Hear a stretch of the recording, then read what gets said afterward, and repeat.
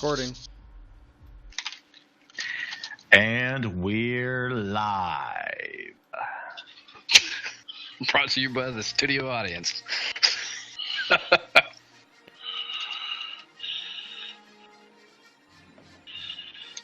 We'll do it live.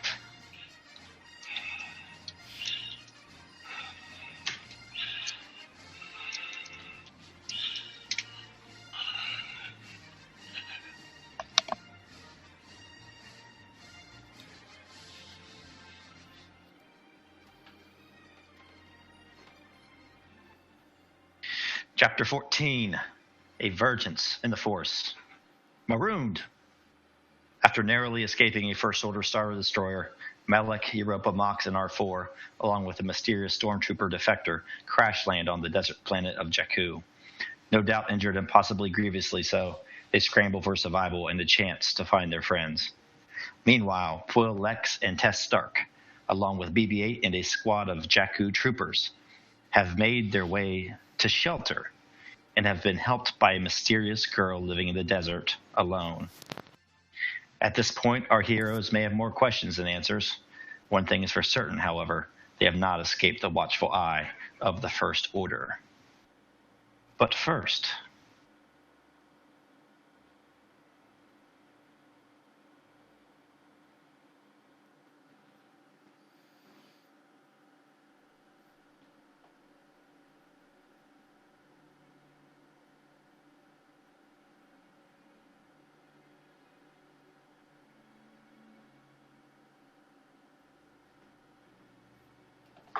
as the scene opens, there's blackness. The camera pans upwards, outlining the obsidian helmet of Kylo Ren. The camera then rotates clockwise. Right in the crotch. The camera rotates clockwise. You see the dark menace sitting in the gloom. There's tension in his shoulders. His posture is rigid. He is full of conflict. His featureless gaze is fixed on a burnt and twisted helmet couched in ash. He speaks, his voice down-pitched and intense. The Force is ever more ethereal to me, grandfather. It's out of focus, slippery, uncertain. He breathes heavily before continuing. Was this the conflict you felt? How can I be free of it? He stands up, picks up the helmet, and marches across the room, gripping it in his gloved hands. Help me! Tell me! The anger is no longer helpful, yes, unfocused since she arrived. He now sits the helmet down almost as an afterthought, and his mind is somewhere else. Perhaps my father is right. I've been used, a tool of the Supreme Leader, like the others, like you, grandfather. He turns again to Vader's lifeless helm. Like you? You were used, no? A pawn until the end? Perhaps this is where our paths diverge. He clenches his fists and stalks out of the room. The camera then goes black. Screen wipe.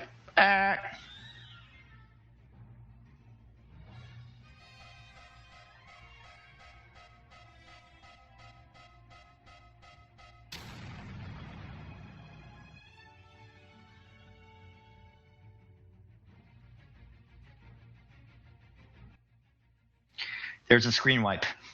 The scene switches from the serene and surreal to the clamoring claustrophobic. Malek, Europa, Mox, R4, and a nameless stormtrooper scurry about the deck of a HWK-100 freighter as it careens through the atmosphere out of control. Out of the viewport, you can see white and then mix of brown and blue blurs. You can smell smoke and ozone. You can hear explosions and the sounds of the ship's electrical systems shorting out. You better get this ship under control. This is going to be the shortest and worst rescue attempt of all time. R4 beeps. Okay. Escape attempt. Escape. I just wanted off that ship. All right, so you guys are not yet crashed or anything. You're going through the atmosphere. At this point, there's going to be a little RP. How are you going to land this thing without being totally disintegrated? So Malek, he's at the controls, right? And he yells back at Mox. He's like, you got to give me some help here so I can navigate this thing down. I'm losing all systems. So R4 is kind of like scurrying around trying to has his arc welder out, and he goes to a panel that's just blows up, and he's just like, he's almost kind of shorted out.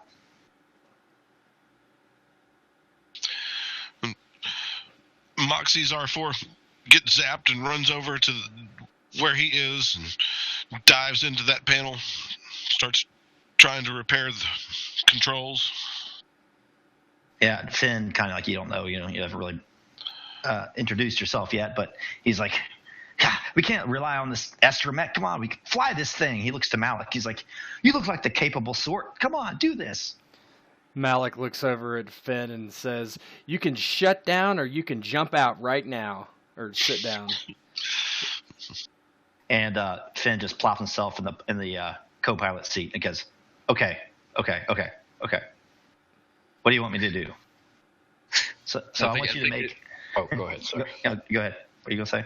I think it's about this time that, like, the gunnery seat that we were on just got, like, ripped open, and I had to, like, retreat from an aero, like, a void depressurization. So, like, I come in and I've got, like, a gas mask on, and I take it off because it would have dropped. And I take it off, and I'm just, like, huffing and puffing as, like, I've obviously been in 0G from the depressurization because I was in one of the exterior gun seats. And and there's, like, an explosion above my head as I just kind of, like, duck down. It's like, God damn it, Malek. I thought you were supposed to be good at this shit. You guys can hear this. The bottom of this thing rips open. You can hear this. You can hear the wind, and like a cut scene. And there's Europa as this bottom cuts away from her. She scrambles, and there's like debris getting sucked out and everything. And then she makes her way to the cockpit, and you can't hear anymore. So why don't you do a average pilot check with a setback, Malek?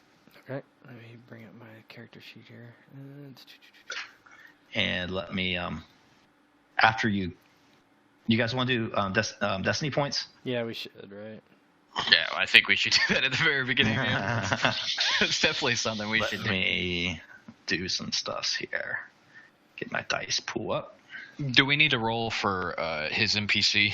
God, Who knows? Yeah, the one that's... That way, one of you guys who's doing two, why don't you just roll for like Mox and Tess? Well, okay, yeah. Okay. Let's do that instead. Hell yeah. Yeah, Mox and Tess would be better. And who are we waiting on? Oh, waiting on me. I'm looking for the Destiny pool button. Doesn't show up. It's to the left. Oh, there it is. Yeah. Roll Destiny. Of course I would get the dark side. So 1, 2, 3, 4, 5. That's actually 6 because Sark is a Paragon. So 6 Right. light. 6 light, 1 dark. Oh, good luck. Let me set this 6. You setting the difficulty? Yeah, I'm just gonna Is there anything Mox can do to help me navigate the ship with the systems? Yeah. Mox, why don't you go ahead and make a mechanical check? Either your difficulty is set. All right.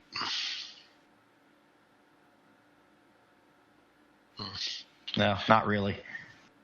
Okay. So I'm just rolling piloting then? Yeah, why don't you do pilot and just do piloting, and your difficulty is set there as well. Okay, I'm going to use the light side point. All right. Okay, so... Can he get a boost from those 2 advantages? Certainly. All right. You want me to set the boost, or you want to? I set the boost, and then Okay. I'm going to upgrade your check Okay. So once for the. all right. So am I doing planetary or space here? It'd be planetary, actually. Yeah. Okay. Boom. Success, 3 advantage. How do you want to spend those? Well, I don't know exactly what this check is doing. Is this to let me put it down successfully without damage? Yeah. Without injury to yourself, and the ship is going to be toasted, but you guys don't want to get knocked out during re-entry or anything like that. Yeah. So I don't know. Maybe puts us in a location hidden to the First Order a little bit longer. I don't know if that. Okay. All right. Actually, that will play into things. Maybe putting us down in like if you've ever seen like the Grand Canyon, obviously like where there's like gorge and you can like yeah, that's what I was kind of thinking, like underneath kind of like he basically pilots the ship. I don't know, is this, well, it's definitely okay. So basically some rocks coming out of the desert, he like kind of is able to turn the ship and put it kind of underneath an outcropping, like a big ledge. Yeah. I'll upgrade your checks on some things in the future based on that. So, okay. So cool. So you guys, you get through the atmosphere. You're like going down, and like Malek makes a maneuver, and you guys get actually a little bit of air. You decrease your speed a little bit, and now I want you to do a hard pilot check with the setback. Okay. Planetary still. Yep. Yeah, I would imagine. You didn't just jump into space again. And Mox, do you want to make another check like that to help him? You're still working on the mechanical systems? Ooh, a triumph. Just all right, we'll take it. Make me auto succeed or something like that. Auto succeeds a little much, but I'll upgrade your check. Okay. Well, I already rolled it, right? So. Yeah, he already rolled it. So if I upgrade, would it be the yellow? Let's just roll one yellow, and if you get a success on it, we'll say you succeed. Okay. Let's see. I'll just roll it. Okay. I'll jump the yeah, gun. go ahead.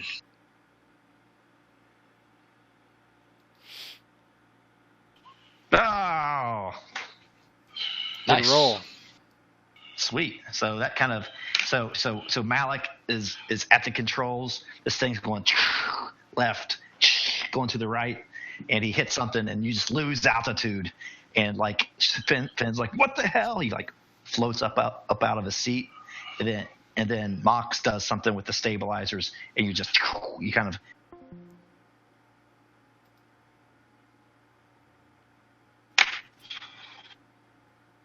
All right, and this round it's going to be a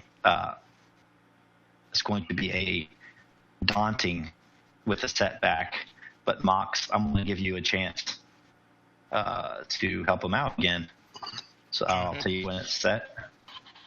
4 setback, go. So succeed, but 3 threats. So I'm going to give you a boost, okay? But I'm also going to give you another setback.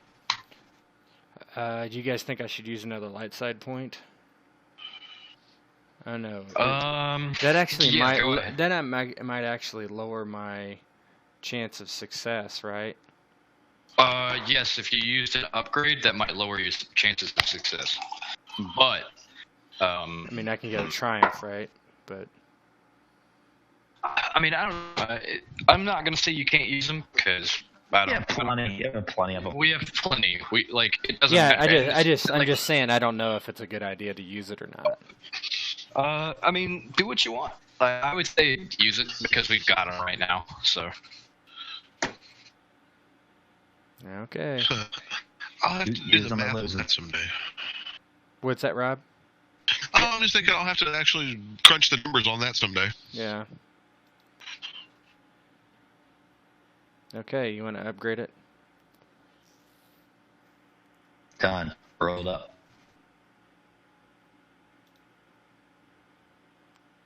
This again? We got nothing. Holy crap! I think that's just a total cancel. Let me do 4, 5. Yeah, it's just a total nil. That's nothing bad, nothing good, but we did succeed. So. There's a success left. There's 3. That's the threats. 1, Oh, That's it's just a a complete nothing. wash. It's a It's a complete wash. complete wash. It's like that one that we did the other day where there was nothing. And I think it was Jason that rolled that too, where he rolled literally nothing, and he's rolled it again. No, the one the other day, dice all came up blank. Yeah, the other day it was all blank dice. That was unheard of. But so at this point, you guys, it's your last check. You come down. You're skimming the ground of this canyon, and every once in a while, the ship hits an outcropping. I want each of you to make an average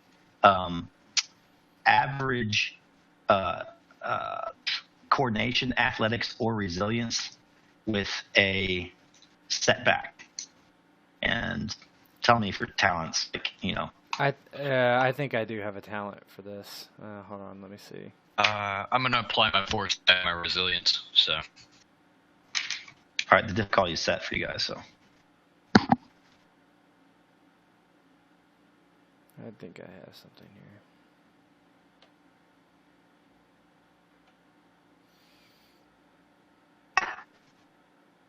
Yeah, I would get a boost for athletics, but let me see if I use it. I might use coordination instead.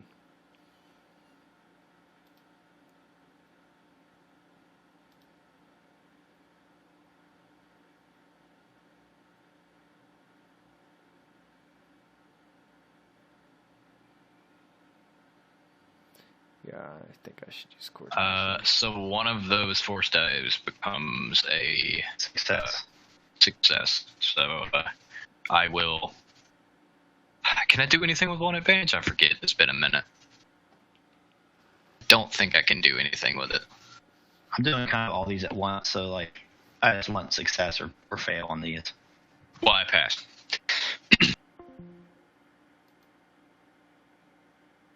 Mox. Right. So Mox, you like as this thing comes to a stop, you are thrown forward into the cockpit, and your small furry body just crashes against the viewport window, and you take 6 strain. I don't know what you're at right now.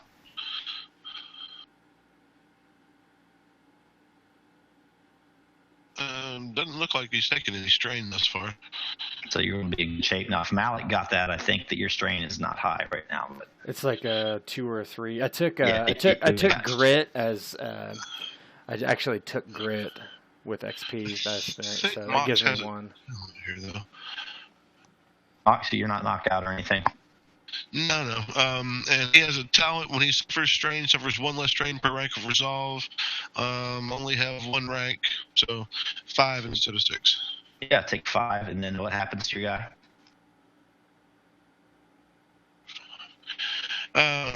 He smacks against the cockpit and sort of crumples down between the 2 consoles there. So he kind of gets up and rubs his head, but he's not too much worse for the wear. And Europa definitely kind of keeps her balance, and Finn's in his stormtrooper armor, so he gets hit with a few objects, but he's okay. And R4 is functional, but he's functional. He's kind of on his last limb. He gets a little. So and he's saying, Malek, I'm okay. Yeah, good thing the rust bucket's still alive. She says that she has a dent in her forehead from where a paint can just murdered her. Malek unstraps from the cockpit and gets up like nothing even happened. And he's like, we gotta move and get out of here. This thing is junk. We're never gonna get it off the ground. We have to find something else. So you guys, as you talk and gather yourself, you smell like the smell of fuel of whatever propels these rocket ships, and then again you hear just a big boom from the aft of the ship, and then from behind you see flames start to leap out.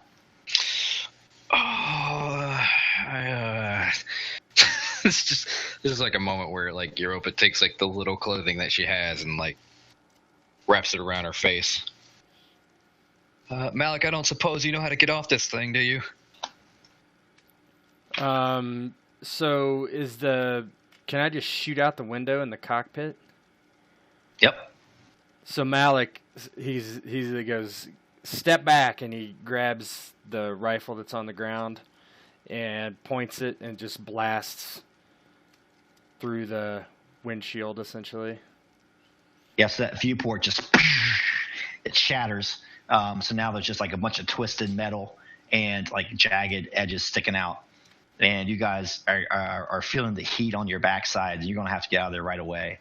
So you need, if you go through there, it's going to be an average athletics check with the setback because you're in a hurry. Can we throw R4 through? Yeah. I could probably just, because I have no encumbrance, I could probably literally just pick up R4 and jump through it. Okay. Malek, in real life, those droids have to be so heavy. Right, Dude, that's what I was saying. They have to be like 200 pounds or something. Oh, like, more than that, I would say. Yeah, like in the movies, they just like pick them up. It's like some sort of like high strength, super lightweight alloy. Yeah, maybe. So you can get R4 out. Yeah. We're doing athletics. Yeah, your difficulty's set. I get a boost on all athletic checks. You want to go first? Sure. All right, your difficulty's set.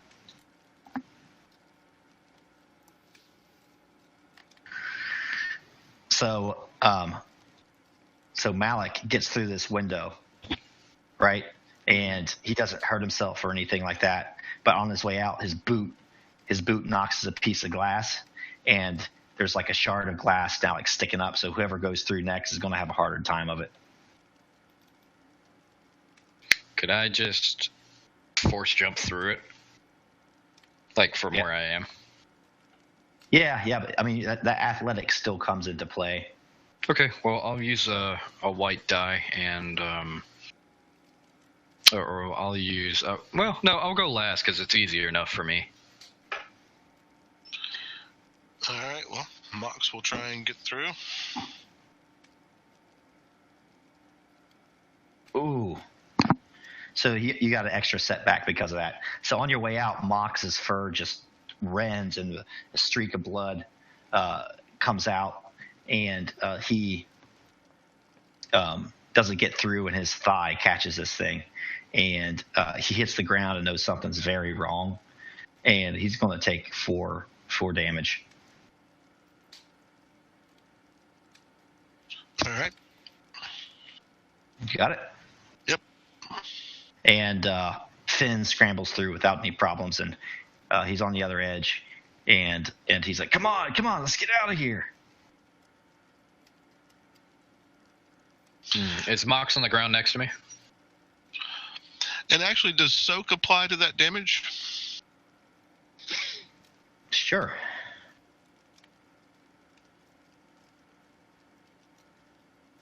I would assume soak from brawn, not from armor.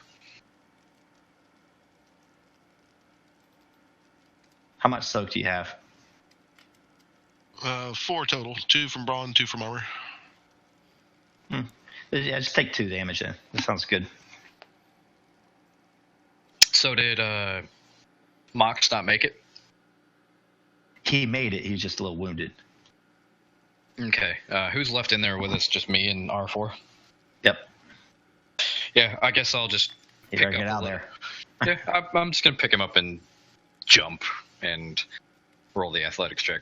Do I get any bonuses just because I don't have to haul myself up and I can just jump myself up there? Or I think you just have your force as your ally, and that's your bonus.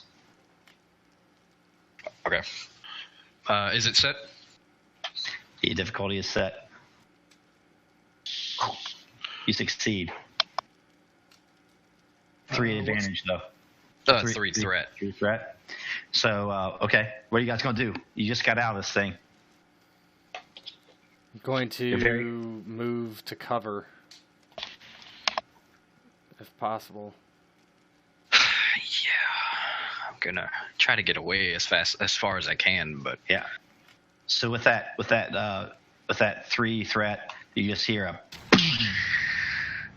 and you guys you're trying to get away, and you're just thrown forward, and everybody takes an additional strain. Oh God, I do not feel well. Let's just put it that way.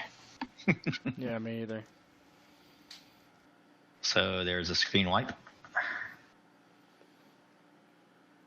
There's a screen wipe.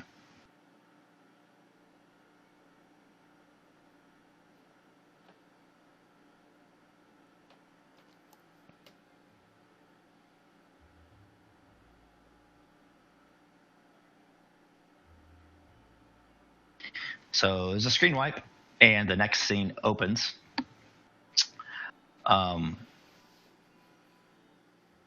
There's 6 drably clad men, a Toydarian, and 2 human females, and a spherical BB-8 class droid standing outside. And they're standing outside this hulking Star Destroyer. All of them gaze across the desert, and they soaking in the early morning light. Faintly, they can hear the rumble of damaged engines and the occasional explosion. They can see this ship coming down and smoke trailing. What looks to be a nearly destroyed freighter. It's a couple kilometers away. Eventually, as the ship gets lower and lower, your eyes lose sight of it, and now it seems to go into a canyon. And now you can only see a plume of black and billowing smoke rising into the gloomy blue sky. One of the locals produces a set of macro binoculars and kind of raises them up. He says, "Is there?" He says. He kind of looks around, and he saw this thing go over the horizon, but he says, "I don't know if there's any survivors or not. I can't believe anything would survive that. They must have gone down into some canyon or something like that."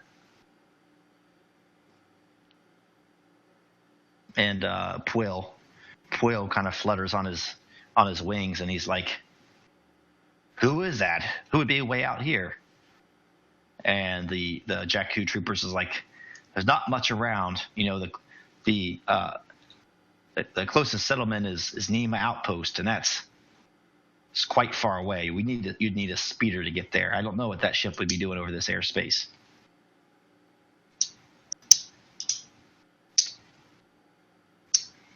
So here we have Tess, right? Tess is with this group. Right. Yes. And BB-8. Beep. BB-8 beeps because he sounds like an R2 unit. Well, and Tess would like to use her Force 4C power. All right. Let me clear my dice pool.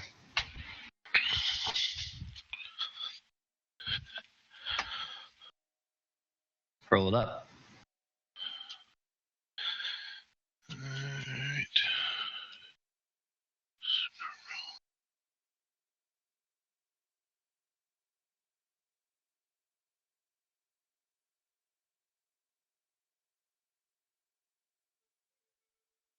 One moment, scrolling.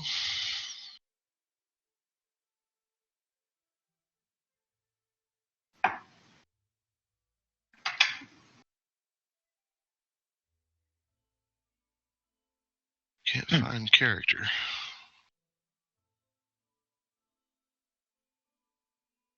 Aren't you just rolling your force die? Yeah, we can just do that. That's weird.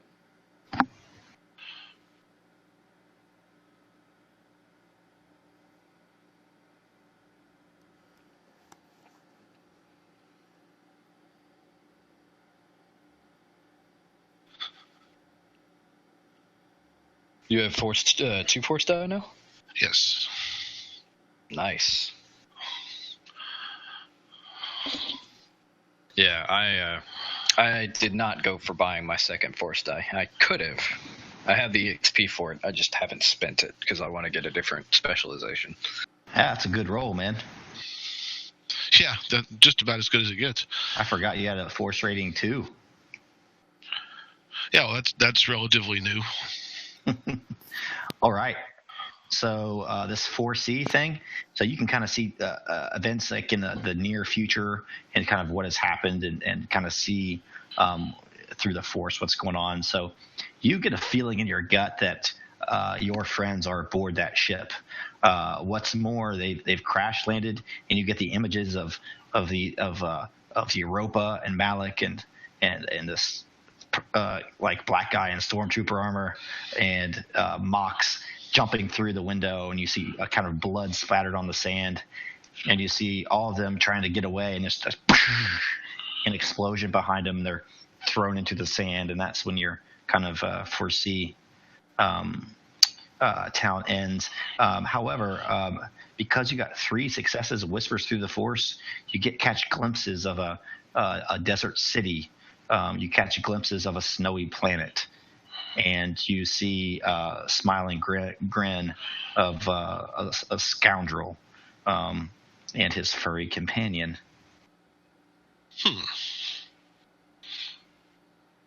So how does she RP that?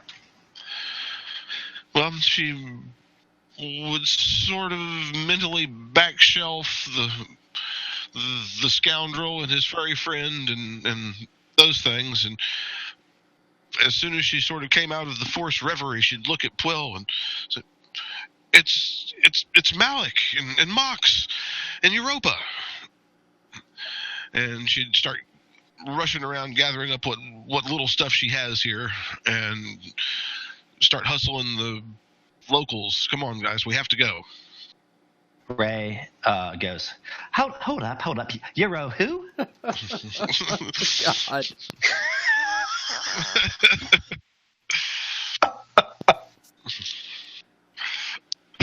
Quill takes her hand and she gets mad. She kind of pulls her hand away from Flail and says, "Get away from me, you floppy thing! You disgust me. Now, who are these people? Says, are these your friends?" Yes, these are our comrades. And Ray's still kind of getting used to things, and she looks around and says, "Well, I don't have very much to do here out in the desert. I was heading into Nema Outpost anyway." She's Australian now. Quill looks around and says, "Oh, we only have one problem. We have the speeder's not going to carry all of us."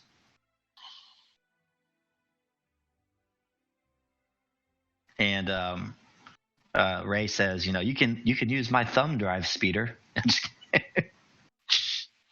So she has hers.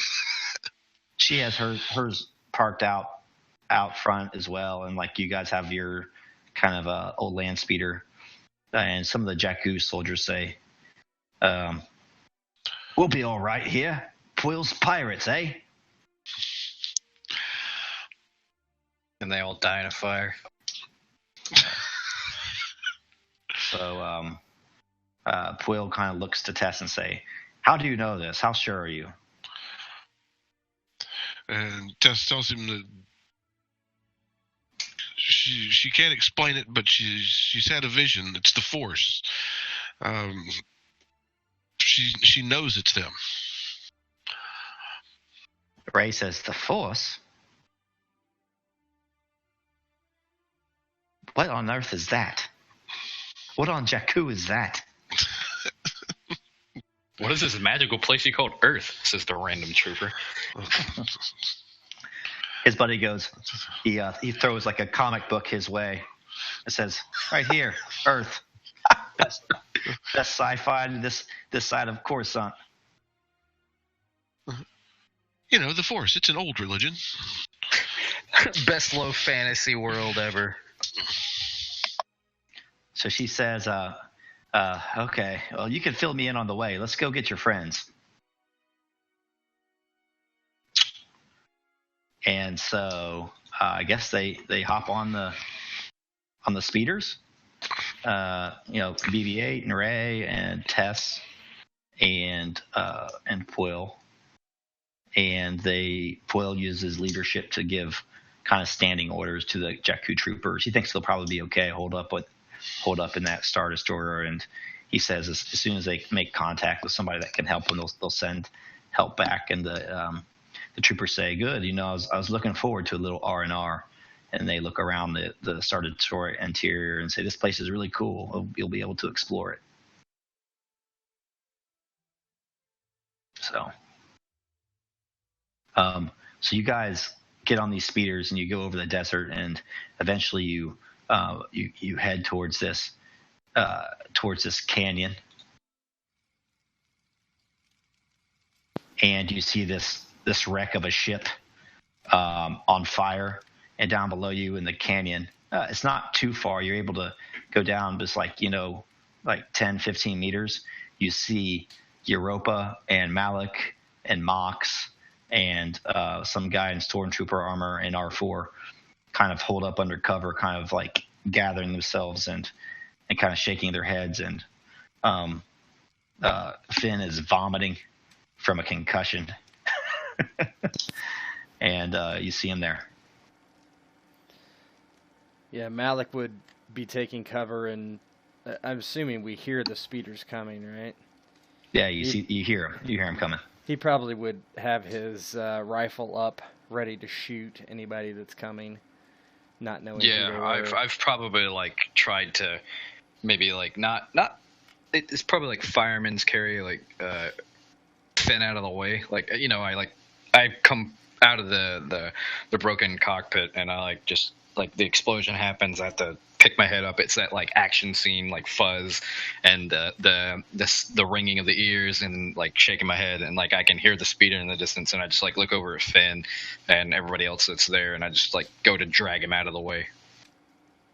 Basically, the arm over the shoulder and pulling towards like some stone. Thank you. Just so we can hide behind it. Mm-hmm. Does he comply, even though he's in a concussioned state? Oh, he complies.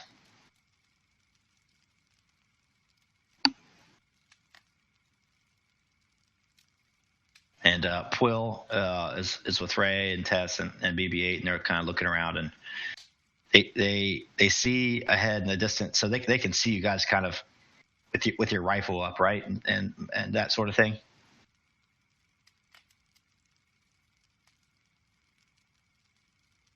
What was that? I'm sorry, I didn't hear you. Malek, you're like kind of visible, right? Like from above. I mean, they're looking over the lip of this canyon.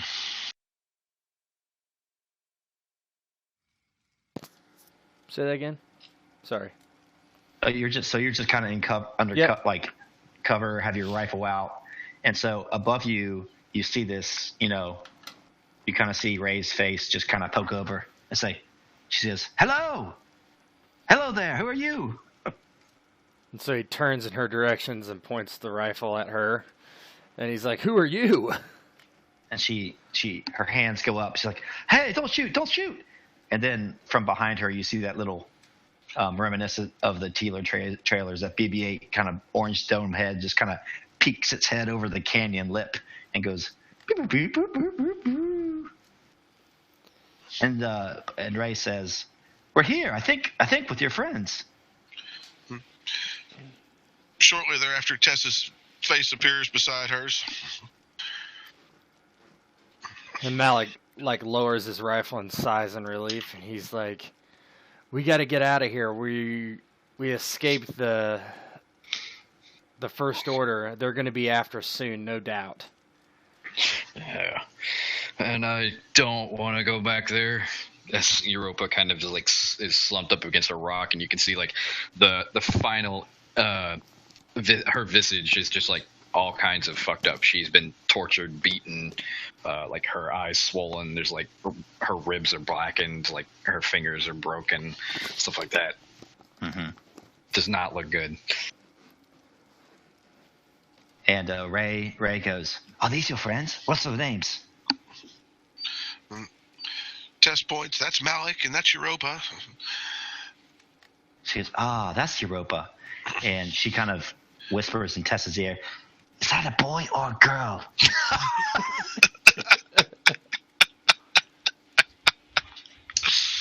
Well, she is androgynous. That's the race. So. So Malek is just like, "Time for introductions later. Let's move." He's like, do we have any place to take cover? So yeah, there's a screen wipe, and maybe 10-15 minutes have passed, and the rescuing party has kind of like thrown down some ropes and helped you guys up out of the canyon, and now you guys are kind of getting a drink of water. You have your cantinas upturned, and the sun's getting towards noon or past noon, and you're kind of leaning up against the speeders, having trying to decide what you're going to do next. Go ahead. Is anybody mentioning that there's a Star Destroyer we could maybe stay in? Because once Malek hears that he's going to suggest they go back there. That seems like a good place to hide for now. The best thing we could do, Malek, is probably get off planet somehow. Maybe go steal a ship or something. Malek doesn't disagree, but he looks at Europa and he points at himself. He's like, "We're pretty banged up. I would hate to get into a fight." Yeah, Ray kind of kneels next to Mox and says, "Oh, you poor thing. Your fur is matted." She kind of examines him and says, "Yeah, don't mind him. He just smells of piss and fear." And she goes, "Yes, sir. I mean, ma'am. Yes. And she looks at Malek and says, "No." She says, "Nema Outpost is a wretched hive of scum and villainy, but you can get some medical care there. And if you're looking for a ship," she says, "there is this creep, Unkar Plut." And she just spits in the sand. He says, "But he's a predictable creep as long as you have the credits." And Malek shrugs and he's like, "We have no credits." I do have 2 credits, Malek. She just kind of cracks the remaining 3 knuckles on one on her left hand and the 2 on her right that are still crackable.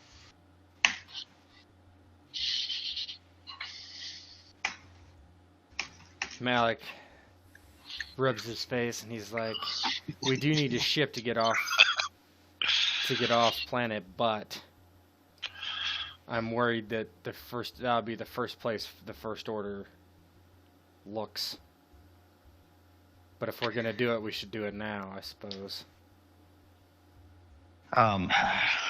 So right now, I actually would have had a check on a First Order flyby to see if they saw you. Mm-hmm. I am not going to make that check now. And Tess gets a feeling that all is well and good, and she says, she gets a gut feeling, obviously it's through the Force or whatever, that she's probably thinking how the hell did he manage to land this thing in this canyon, and that they're at least protected from prying eyes. The ship is, and that maybe they'll have a little bit of freedom to move about.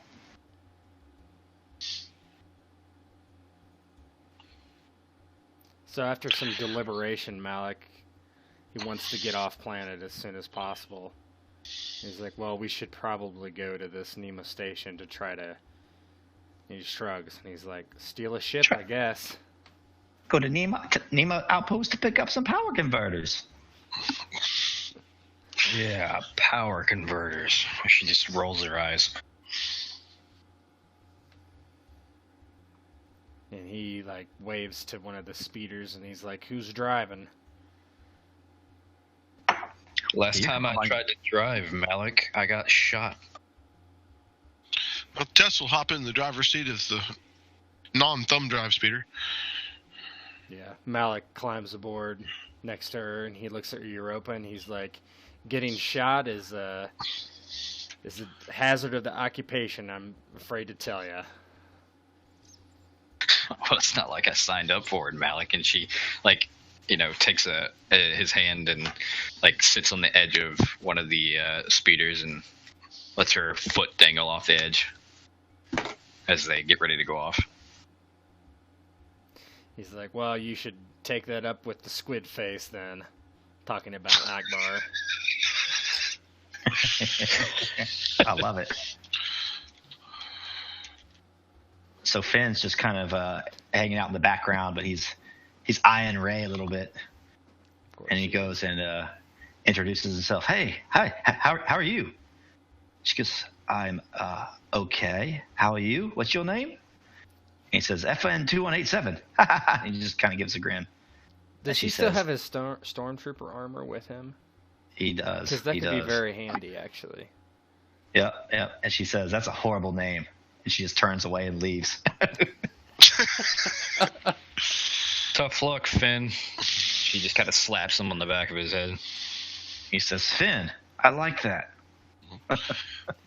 Malek's like, get on board, Finn, and bring your armor. It might be helpful. Put on your helmet. Yeah. He said, put on my helmet? He doesn't have his helmet anymore. It's in the crash site, yeah. He just has his armor on. Man, would it be... He's like, do I have to keep this stuff on? He says, the power's running low. This thing is sweltering. I think it probably, without his helmet, it would be more of a hindrance than a help, probably. Yeah, but he can keep it on if you threaten him or... Yeah, I don't think it's going to help us. I was hoping that we could use him as, some sort of authority to maybe tell somebody to let us have a ship or something. But yeah, maybe you can work something out. You guys are pretty creative. What do you guys think? I think I want to try to get that rest period that we were talking about as we're traveling to this place, because I want to recover some strain. Yeah. That's what I want. I am literally, if you breathed on me wrong, I would fall over at this point. I have 2 strain left. Yeah. If you guys would have failed some of those pilot checks, you guys probably would have got knocked out. But it's all good. All right, so we can head there, and I'll say you recover half the difference to your max. That makes sense. That sound good? Yeah, that's fine. Oh, that is. Whew. So everybody covers half to their max. Oh, that's. Oh man. And there's the scream wipe.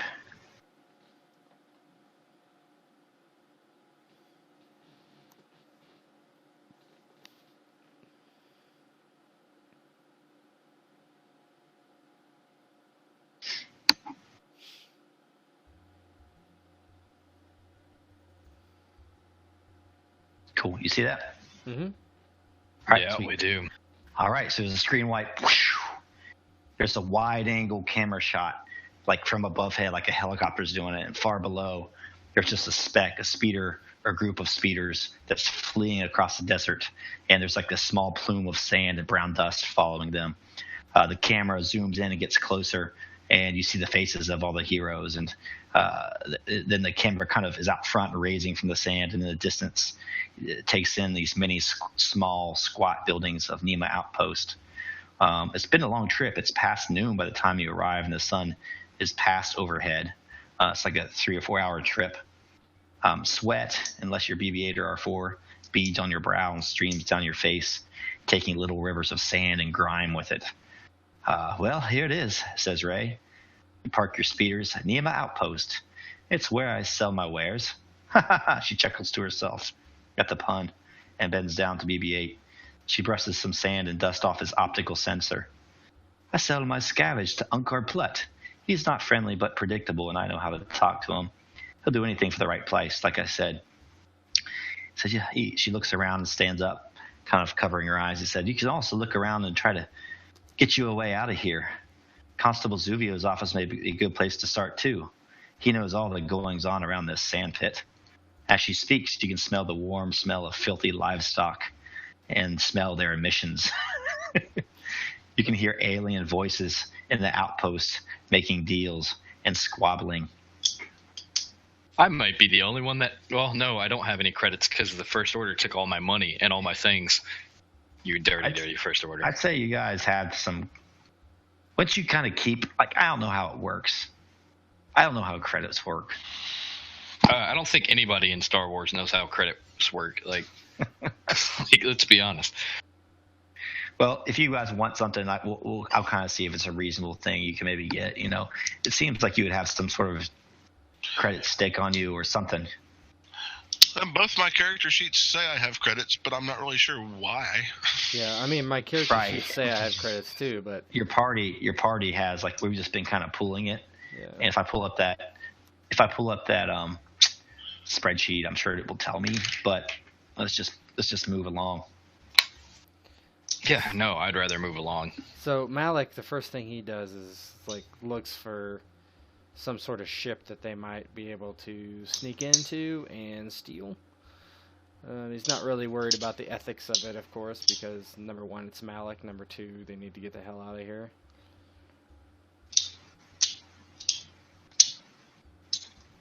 So he does see like pretty far away on the other side of a town.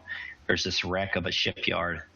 There are a bunch of guards standing by, and from what looks like the ships are really, most of them are heavily locked down. It'd be pretty hard to do that. Okay.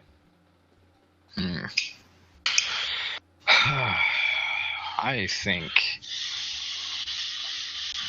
think the first thing that Europa would do is find the local watering hole and, like, her beaten up self and her entertainers, like, top and clothes with the utility bottoms, like the repairman's, like, jumpsuit that's, like, covering the bottom part of her body, but, like, the entertainer's top from above.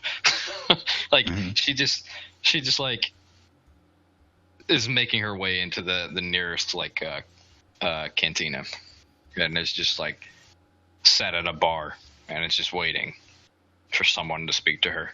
Like, she's waiting to get served, basically. So Ray is kind of like wide-eyed at this whole thing. She's just really happy to not be in the desert and not scavenging. This is like the best thing that's happened to her in years as far as excitement goes.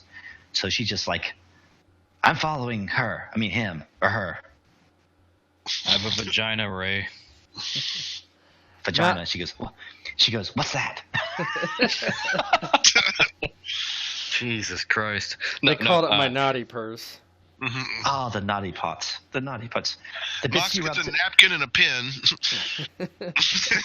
There you go. The bits you rub together. Now, as she's walking away, Malek puts his hand on her shoulder and he's like, "Let me ask you a question." He's like, "How can we get off this piece of shit planet?"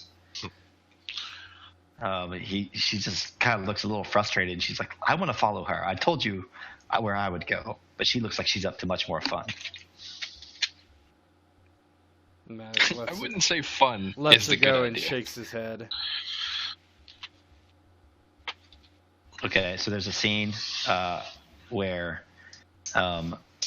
now Ray and BB-8's kind of following along beside her, like making a little trail in the sand, and they go into this really poor excuse for a cantina, and it's filled with kind of ragtag people, mostly scavengers. They're clad in this desert garb, mostly rags. There's all sorts of kinds of aliens, and there's a band playing, but it's really bad music, and they have to stop every once in a while and start over because they keep fucking up the song. And there's this he's not a human. I forget the race. Zabrak. What are they? No, not a Zabrak. Describe him. Return of the Jedi. They're on the sail barge, kind of leathery face with horns. Ooh. It begins with a D, right? Devorian or No, something like that? Devronian are the like devil horns guys. Yeah, that's what I was thinking. It's like the guy that's the pirate on like Clone Wars that was kind of funny. He's like, hey. Oh, I know who you're talking about. I know what you're talking about. Those guys. Well, one of them. He goes, what can I get for you kids? There's just like a blank stare as like this like Europa just like sits down at a stool and like there's just blood dripping down from her eyebrow, and she just like looks up at him and like reaches past him to like grab for an alcohol bottle, and like there's a cred stick that goes on the table, and then like she just waves him off. There's like 500 credits on there that he can just have because that's all I have. So he like sticks this in like some sensor in the bar. And he's like, okay, will you have another bottle? And he says, and what will be for you, lass? And he looks at Ray and says, never mind, you can drink on her tab. And Ray is just like, I've never had any of that. Let me have a sip. I think I just leave the cred stick and then like swig the whole probably about like a fourth of the bottle, and then I just hand it to her, and then I grab a brand new bottle, and then I leave. It probably is swill and terrible, but you can keep the change. And she just walks out. So there's this like shady looking guy in the corner with his boots propped up on a table, and he's on like a comm link to somebody discussing business or whatever, and his eyes narrow at this chick that just walked in that's all beat up and dripping blood everywhere. So I don't know what kind of check to make for this to see if like you kind of acted enough like a one of the locals or not, or it just seems very odd to this guy that you have this BB-8 droid and Ray with you, and you come in, slap a credit stick, and take a bottle of whiskey and leave. Deception, maybe? Well, I'm not trying to be outrightly deceptious. Yeah. Really, I'm not. Let me just do this guy's, for lack of a better word, perception against like a default thing to see if he. So it'd be average. Or maybe it's streetwise. I don't know. Yeah, maybe streetwise would be the skill. Yeah. For him, right? So this guy would maybe have this streetwise, and I'd say it'd be pretty average with a setback, just because he doesn't know what's going on. So I'm gonna see if he kind of figures something that is out of the ordinary or not. So I'm gonna roll it as a GM. Yeah, go ahead. I'm not outrightly trying to be quiet about it. All right, cool. Ooh. All right, so I'll keep that to myself. So I guess what Malek is probably going to do at this point, since it doesn't look like we're going to be able to steal a ship, he's going to. Can I go to the dude that is whatever the guy is that the portion guy, the fat guy that gives out the portions? 1/4 portion. Yeah, that guy. Simon Pegg. Okay. Yeah. Ray mentioned him and mentioned Constable Zuvio's office. I think he was actually cut from the film. And the constable is like a law enforcement figure? Yeah, or what passes for it out here. Yeah, I don't want to go to him.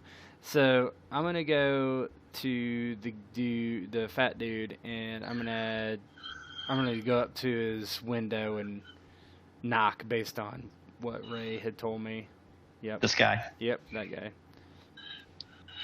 So Malek goes up to Unkar Plutt, and his window goes. He goes, "What do you want?" And Malek looks at him, kind of sidelong, and he says, "I need for you to tell me where I can hire a ship to take me off-world." And he hands out his credit stick. He says,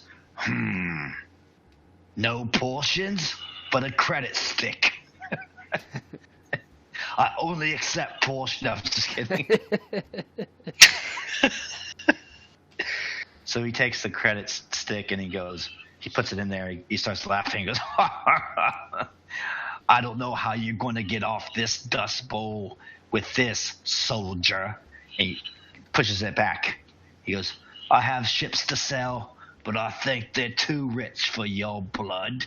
And Malek's like, I'm not looking to buy a ship. I'm looking to buy. I'm looking to buy passage on a ship that's already heading off-world for me and a few more people. If you can just point me into their direction, that's what I'm paying for.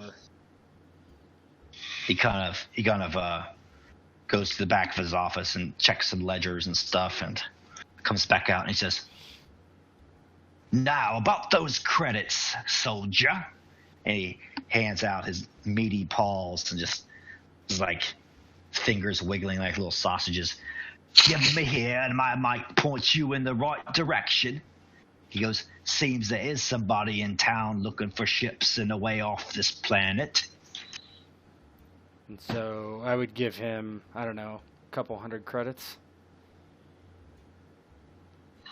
I don't know how much my stick has or whatever, but...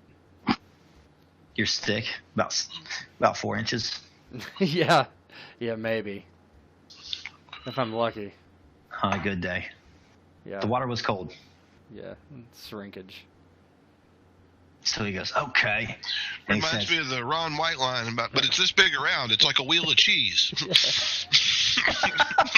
It's a manhole cover. That's what I used to say. So he goes, "Rumor is this buyer's sniffing around the constable's office.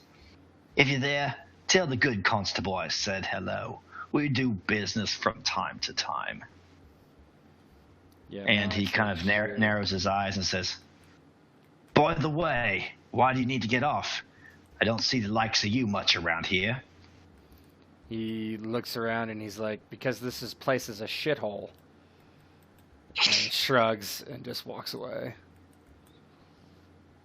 So I'm going to make the same kind of roll with him to see if he kind of figures something's up or whatever. Yeah. And so I'm going to use that advantage I got from the last one to give myself a boost.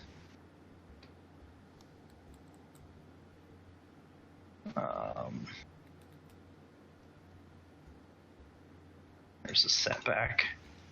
Should we upgrade his difficulty, guys, with a force point? I don't know if we want to continue to blow through them. Yeah, 4 left. Nah, I don't think it's worth it because I mean, these people just expect us to be it's whatever. Well, my assumption is if he passes his roll, he's going to call in the First Order. But because you've seen that movie. Yes, I'm metagaming. Yeah. That's fine. That's fine in this sort of episode and stuff. I think that makes it more fun, because there's enough that's different about this that. Well, I mean, it wasn't necessarily because of him, but just because of what the other guy. I don't know. Whatever. I guess I am metagaming. Just so you don't upgrade or not? No. All right.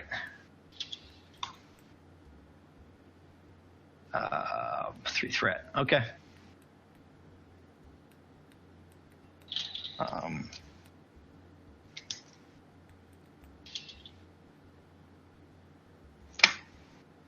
right. So Malek heads out of there, and an Unkar Plut just shuts that thing. All right.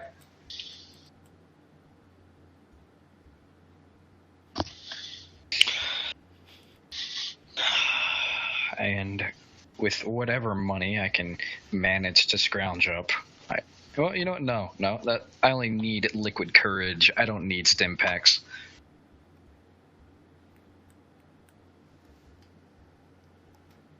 All right. So I'm thinking. So Malek kind of gets back to everybody.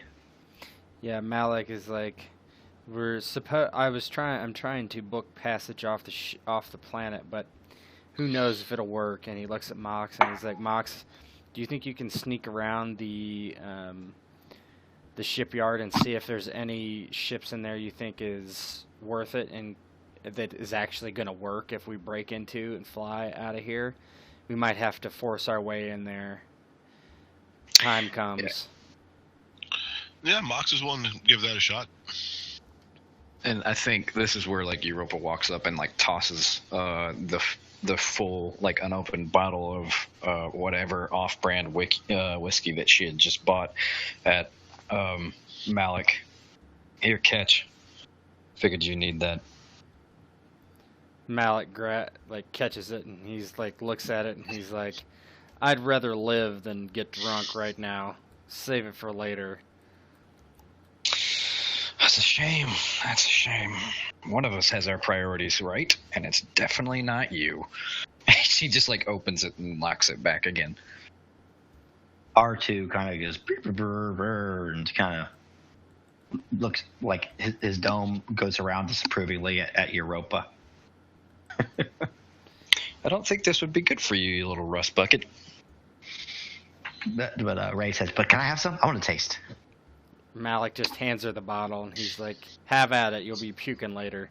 And she like tips it up because she's just used to like drinking water in the desert. She has no clue, and she just she spits it all out. "What is this? Do people drink this?" It's Banta piss is what it is. She says, "Might as well be." Back in her Australian accent, and she slosses the bottle back to Europa. I didn't buy it for it to taste good. I bought it so I would feel good. So Mox heads out on his little sortie. Mm-hmm. Yeah. What you doing there?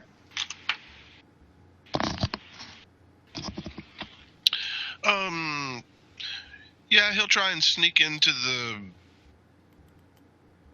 the shipyard area, like Malek said. Poke around, see first off if there's anything that looks worth stealing. So as you do that, there are a lot of guards there. They're kind of walking the perimeter of the place, and it's daytime too, and so you can get a closer look at some of this stuff, but it's going to be risky. I mean, Malek would tell you that if it's too risky, don't do it. It's up to you, but...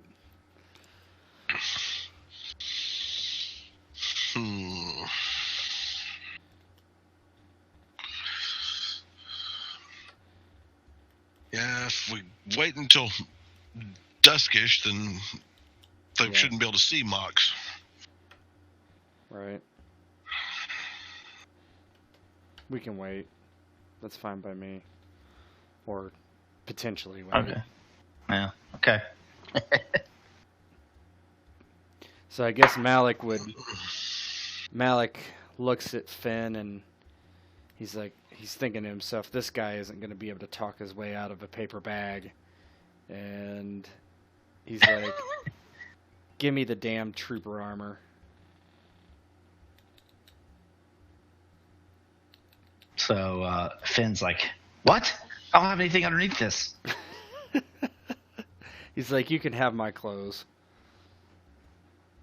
He'll trade him his padded armor for the stormtrooper armor for now. Okay. So screen wipe, and they are walking out of like a little bathroom stall, and Finn is like has this new stuff on. It's like, actually, way more comfortable. He says, good trade. He's like, I'm getting that back. And Malek heads to the constable, I guess. All right.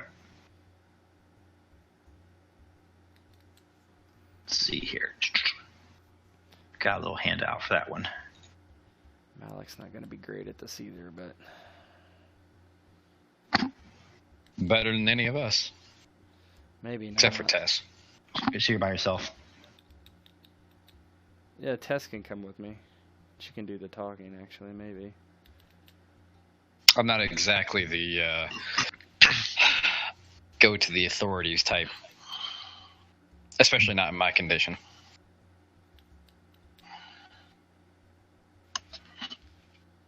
You don't want Tess to try and So bluff our way out of here. there's another screen wipe, and as the Mine heroes not make any good anyway.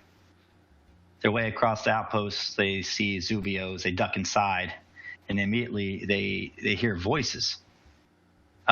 They see an alien in a saucer-like cap arguing with this suavely clad man with a smooth voice like silk.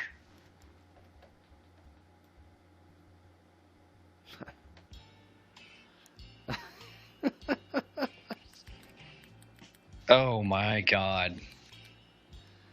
That's funny. Has he got a Colt 45 perchance? His blaster on his hip looks like a Colt Courvoisier. 45. Is he drinking a Colt 45 by Yeah. chance? And there's this conversation you guys walk in on. He goes, Zuvio, you gotta believe me. That Pluck guy is a goon. I know we've never met. I know I've never even bought you a drink, but you gotta believe me, friend. That ship belongs to my buddy Han, and I'm a surrogate. Look, here's the papers. And Zuvio, this guy, looks at the papers and mutters something in an alien tongue. There's a protocol droid next to him who aptly translates, Constable Zuvio isn't interested in your papers. He says the only thing that matters around here are the 3 Bs, bills, blasters, and bitches? Zavio laughs at the droid's modesty. The human turns to the adventurers at the enter. Hey, if I were you, I'd just turn and get out of here. This place is lawless. No manners, no respect. And Malek is in stormtrooper armor, and he looks at Billy D there and says, "Can you please come with me, sir?" He says, Come with you? What did I do? I'm a businessman. He's like, "You've done nothing wrong. We just need to talk." So Constable Zuvio starts laughing at this at Lando, and he starts talking in an alien tongue, and his protocol droid says, Looks like you bit off more than you can chew this time, Lando. He says, and Lando has his hands up, and he's getting drug out of this place, and he goes, I'll be back, and I'm getting that ship. And then Zavio just kind of laughs, and they head back out into the city. So Malek, under his breath, he's like, "Be quiet." He's like, "I don't know who you are, but I know Han Solo, if that's what you're talking about, because we have met him, right? So Yeah. I wouldn't expect anybody else." And he looks at Lando and gauges his reaction. So Lando is just like totally perplexed. There's some guy with no helmet on and stormtrooper armor that pulled him out of this place, and he goes, Something's not quite right. Who are you? And Malek like lowers his voice, and he's like, "We're with the Resistance." Tess is watching behind us as we make our way away with Lando. And Malek's like, "We need a way off the ship, like now, or off this planet." And then so he's with all of you guys now. I'm guessing. Like Yeah. he brought him back to the group Yeah, and stuff. that's fine. So as you bring him back to the group, like it looks like he's starting to get it, and this might have something to do with the reason he's there. He's like, so you're the guys. And he says, it's not like you stand out or anything. And he looks around at, Europa, who looks just like all mean in business. And there's doe-eyed Ray, a BB-8 droid, R4. There's some sweaty, furry thing, Mox. There's a soldier in stormtrooper armor. There's Finn, who's sweating and looks very scared. And there's Tess, and he looks at her and says, Ho, ho, now what have we here? Eyes off, princess. Malek's like, "Can we talk about this later? Do you have a ship to get us out of here or not?" He says, Not yet, but I will have a ship. He's like, "How did you get here then?" He says, That's for another time. And he looks around. He says, but his tone's more serious. He's like, Listen, from the way things were going in there, I don't think we have much time. Let's go. Malek nods and he's like, I agree with you there. Let's go.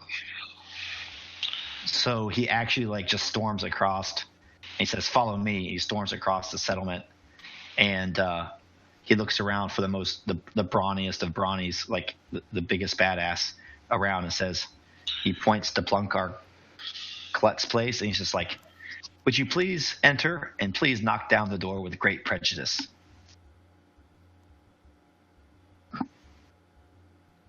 So he wants you guys just to knock in the door and just storm into Unkar's place.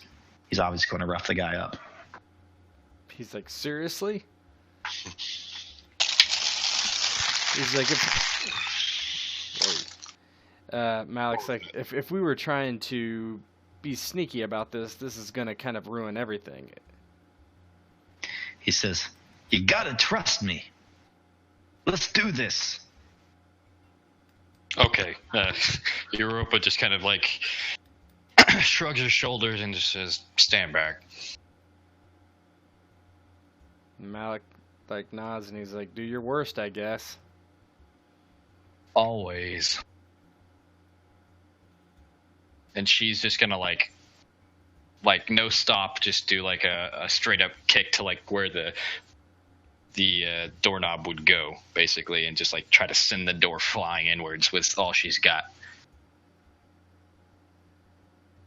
So as she does that, like she just busts into this place and the door just splinters and it just like explodes. And you guys come in on Unkar Plut, and he's like sitting in there, like in his office. He says, what are you doing here? And he's talking on some sort of communicator device. And you hear some like very well accented, obviously not from Jakku voice, say, coordinates received. She says, reinforcements are inbounds. Thank you, operative. Malek looks at the fat guy and then the radio and then blasts the radio. And Lando just takes Unkar, just cracks him across the jaw. And he says, give me the pass key. And Plut's like, I don't know what you're talking about. So can I try to cohere this guy? You can. I am going to. I will assist. I will assist by putting my rifle, the rifle barrel against his temple. And as he gets hit, I've like wrenched his arm back around his arm around his back, and I've taken one of his little sausage fingers and I've bent it all the way back, just breaking it already.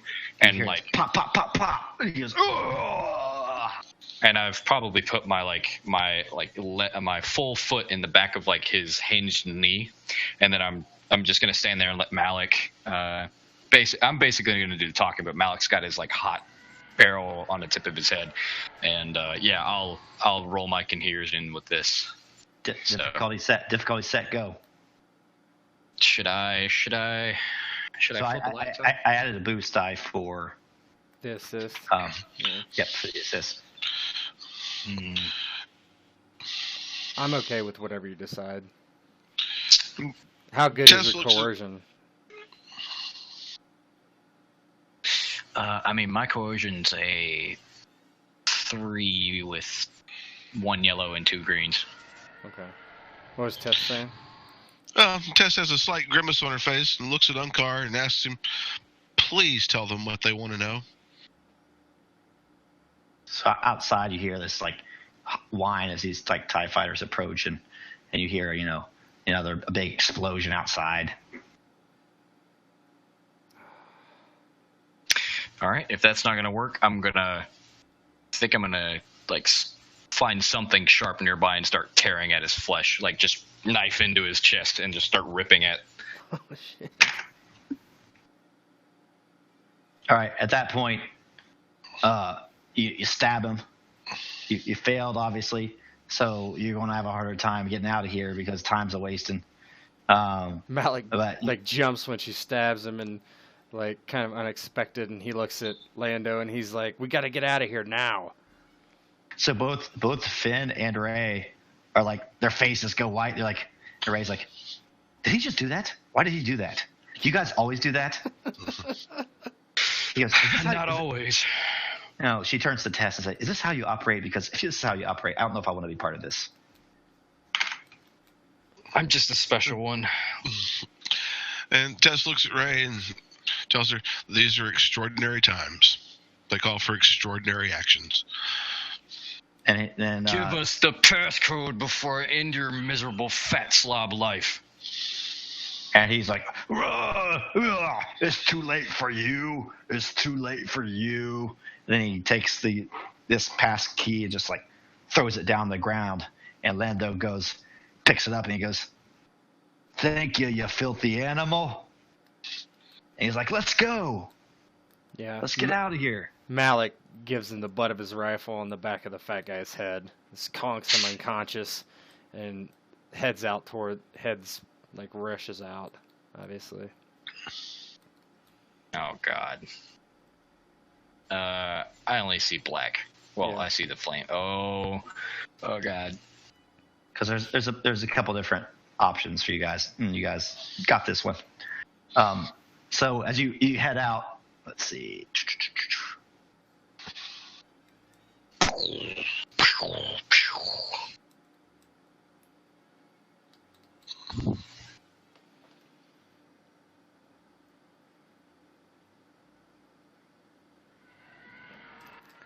Fail.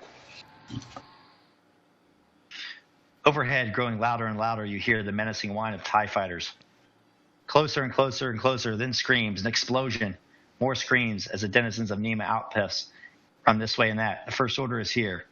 Finally, you hear a voice over a blaring loudspeaker. "Citizens of Jakku, take no worry. We come in the name of the Supreme Leader in search of most wanted fugitives. Turn them in, and there is no reason for worry." But alas, there's more screaming. There is reason for worry. All around you, the ground starts to erupt in geysers as TIE fighters strafe the area with their lasers. So as you exit the Plar Cut's place, 2 squads of 4 stormtroopers, you can see kind of they enter and they take cover behind some of those buildings and stuff, and they start firing at you guys. You guys got to get to the shipyard, and that's at long range, and so are the stormtroopers. Well, I guess I will. Are we taking? We gotta take cover. So I guess. So we're going to do some initiatives here. Yep. Does anybody know offhand what soak is for stormtrooper armor versus padded? I don't know. 5. It's 5. It's good. So my It's soak it's flammable armor, so yeah, it's 5. So my soak is 3 higher than it normally is. All right, Malek, you volunteered. Go. Let me roll some stuff here. My soak is really good anyway. It's like what is it?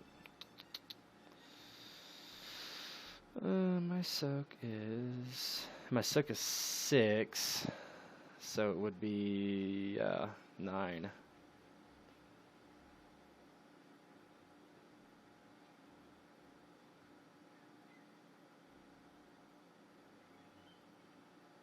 Do you want us to roll initiative too? Yep, cool. Cool. Oh, hang on a second. Let me clear it. Oh no, you guys would be vigilance. I just rolled cool. Let me re-roll mine. Sorry. That's fine.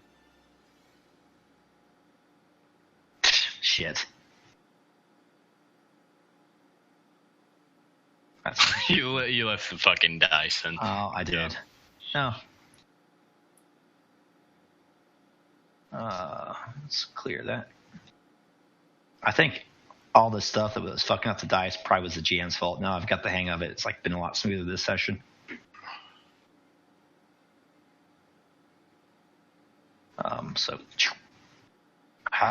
Clear. That was slow. No, that wasn't. No, I'm just trying to clear the. Remove all turns. Clear. Boom. Okay. Now I'm gonna roll. 1, 2. All right. There we go. Your guys' turn. All right.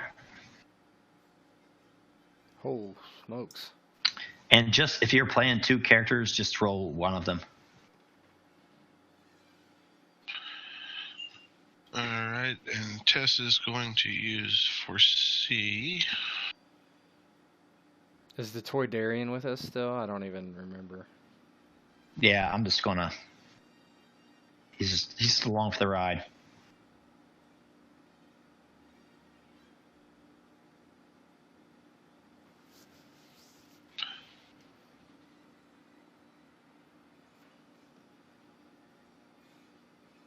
Is that it? That's it, isn't it? Yeah, I think so. All right, cool. Ray and Finn, are they just cowering? Yeah, they'll just go along with whatever, too. Roll about streamline. Yep. All right, so first PC's up. So we're at long range, so Malek ducks behind some cover. I don't know if that's a maneuver or not. Otherwise, I would aim shoot at the stormtroopers. Yeah, I mean, you're just exiting the building, so you duck behind the cover. It would be a maneuver, yeah. Okay. So you're going to shoot at them? Yeah, I'll shoot. Tell me when the difficulty's set or whatever. All right, so it's going to be your long range from them. Mm-hmm. So difficulty is set. And so I get an automatic advantage. That's not. So that would just cancel out the threat. Yeah. So what's your damage on your weapon? 9. Should be 13. It's there. Yeah, it's at the top. All right. So 9 plus 4 is 13. Minus 5 is 8. So 12. Okay. So you start peppering these guys with. A couple of them fall down dead. Or one of them. You kill one of them. Okay. And then next PC's up. I don't really have a ranged weapon, so whoever wants to go next can. Yeah, well, Tess doesn't really have a weapon that'll reach to long, but she'll duck into cover beside Malek and sort of meditate for a moment and commit her force dice to enhance agility. Okay. I think that doing that is an action, so maneuver in action. Right. Yep. All right. And I'm going to move up a range band and take cover. So short range, and then just once. I'm just going to move up a range band. That's it. So Europa's here, and you take cover. Cool.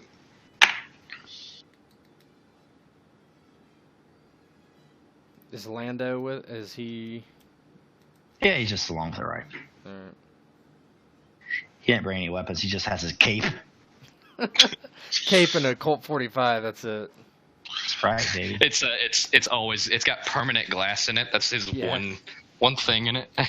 I mean, it's got permanent ice, and it's just like it's never melting, and it's always the perfect temperature.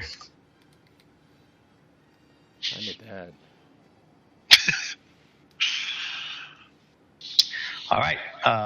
This round, so the MP's act. Okay, cool. So I want each of you guys to do the following.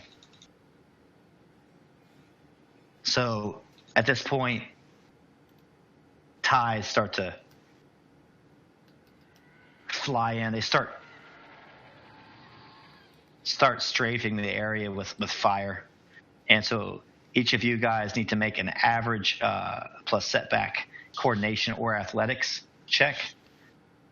Hey, 1 second. What did Mox do, by the way? Yeah. So the way I read this out, just to keep it streamlined, is you can act with one of your characters, but if you're doing a maneuver, that other character can maneuver. Okay. Okay, well then Mox will just run up into cover with the group. Surprised you guys aren't trying to get to the shipyard. That's what I'm trying to do. Yeah, I was just trying to do some damage before we started running, but Okay. Well, and I was sort of visualizing the cover as on the way towards the ship. yeah. I should have been more clear. The ship is opposite direction. Oh. Oh, well, that's the way I was trying to go. I wasn't trying to move towards the stormtroopers. I was trying to move to the ship. Okay. The the stormtroopers aren't in our way. Yeah. Nope. No, that's my fault. Oh. Yeah. So yeah, they are in your way. Actually, I'm gonna use a dark side point because I fucked up and not explaining that well. This is where the tactical maps actually are useful, but it slows stuff up. So my fuck up, I'll use a dark side point. So Right. the ship is actually behind you, and the stormtroopers are in front of you. Okay. Yeah, Europa was just like, fuck that, and ran away. Just like, fuck this. I'm going towards the ship. You can shoot all you want.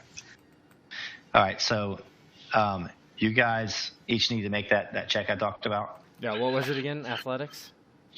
Yep, it's your difficulty is all set for you guys. It's athletics or coordination. Oh, I'm gonna run coordination for me for sure. Mox. Fail, 4 strain. So as Mox is there, like this explosion is right next to him and just blows up. He's thrown to the side. Oh, the force dice still count. Europa just nimbly dodges away. Just And barely. same with Sark.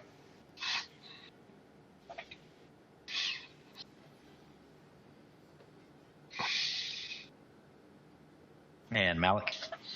Oh, he got it. Good. So, Yep. so Mox again. This little furry thing is tossed to and fro, and again receives another concussion. He's going to have pugilist syndrome.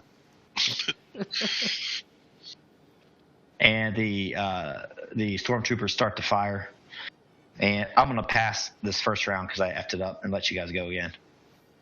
Okay. Well, Malek, after shooting, PC0. he's gonna maneuver. So I'm just going to summarize it now. Yeah. So in front of you guys are the two stormtrooper squadrons. Europa is in cover short distance from them. The rest of you are in cover long distance from them. Mm-hmm. Europa and everybody else is long distance from the shipyard. We're long distance from the shipyard. Yep. So, can I double maneuver to? If I double maneuver to run, how far do I get towards the ship? So, to get to long range, you would take, I think it's 3 maneuvers. Let me look at my cheat sheet real quick. I'm going to draw a little diagram here, so I'm not insane. So 1 maneuver within short range.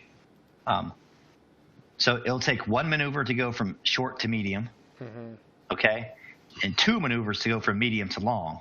So if you wanted to go from short 3. to long, 3. And we get 2 maneuvers per turn, right? If we don't take an action. If I flip Or you could take could take 2 maneuvers, suffer some strain, and then take an action as well. Is Quill with us or no? Because doesn't he have an ability that gives an extra maneuver? I don't know. He does, but I don't want to bog it down with His that. player didn't show up, so. Yeah, okay. So I guess how much strain would I take to do that? To get an extra action? Or You need extra to take- maneuver, I should say. 2 strain. I'll do it. So Malek just starts sprinting, and he's like, "Go!" And so basically, I'll take. I guess I'll take 3 maneuvers to get to the ship. You can't have more than 2 maneuvers. Yeah, you can't have more than Okay. 2. So you could go and fire behind you or something. Well, how about I fire and then run? That makes more sense. You can do that. I'll do that. So he kind of turns over his shoulder in Star Wars fashion and just like shoots behind him as he's running. Han Solo fashion. Yeah, exactly. Never work in real life ever. Called the auto miss, yeah. Yeah. So yeah, you're long from them. I'm going to give you a boost for RP on that one. Because it doesn't work in real life, but it works in Star Wars. Yeah, it's so Star Wars, right? Your difficulty is set. All right. One-handed with your rifle, too. Yeah, I spent the strain, so here we go.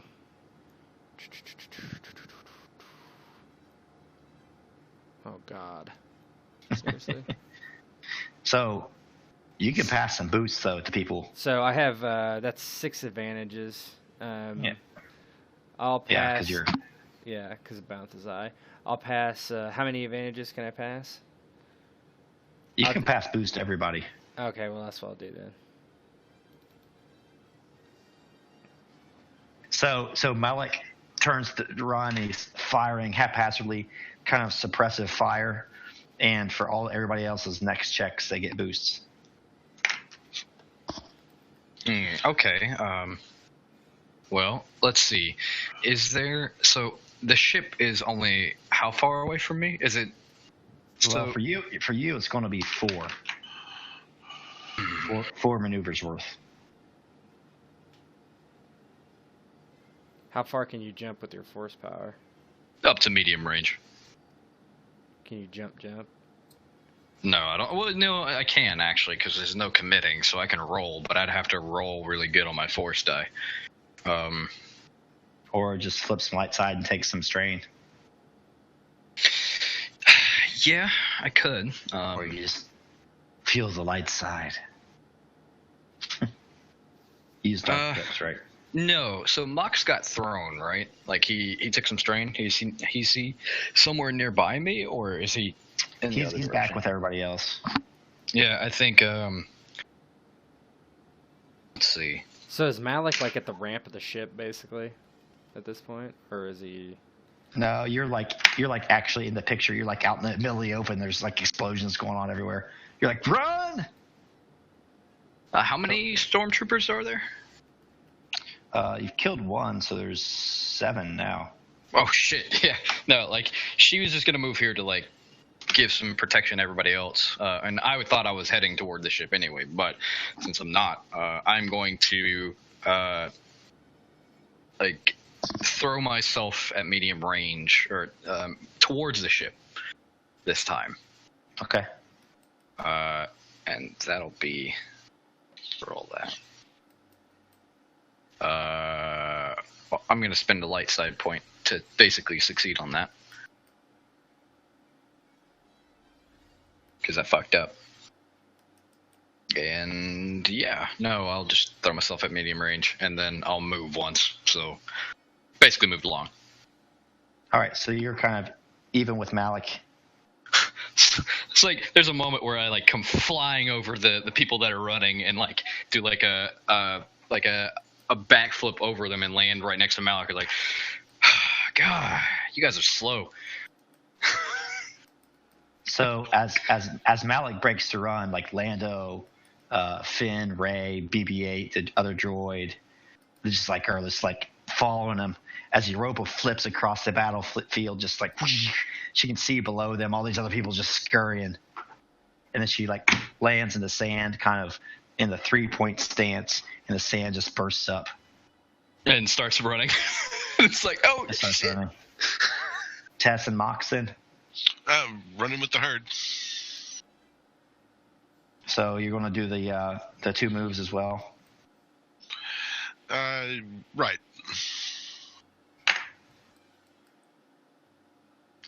So Tess and Mox turn tail as well, and as they do so, the TIE fighters have circled around, and they close in for another strafing run. But we all get boost, right? Yeah, you guys all get boosts, and it's going to be your difficulty set. Still coordination or athletics? Yep.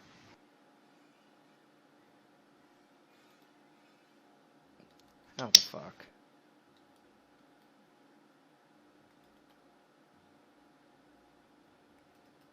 So Mox makes it this time. Malek is just like thrown forward. You take 4 strain.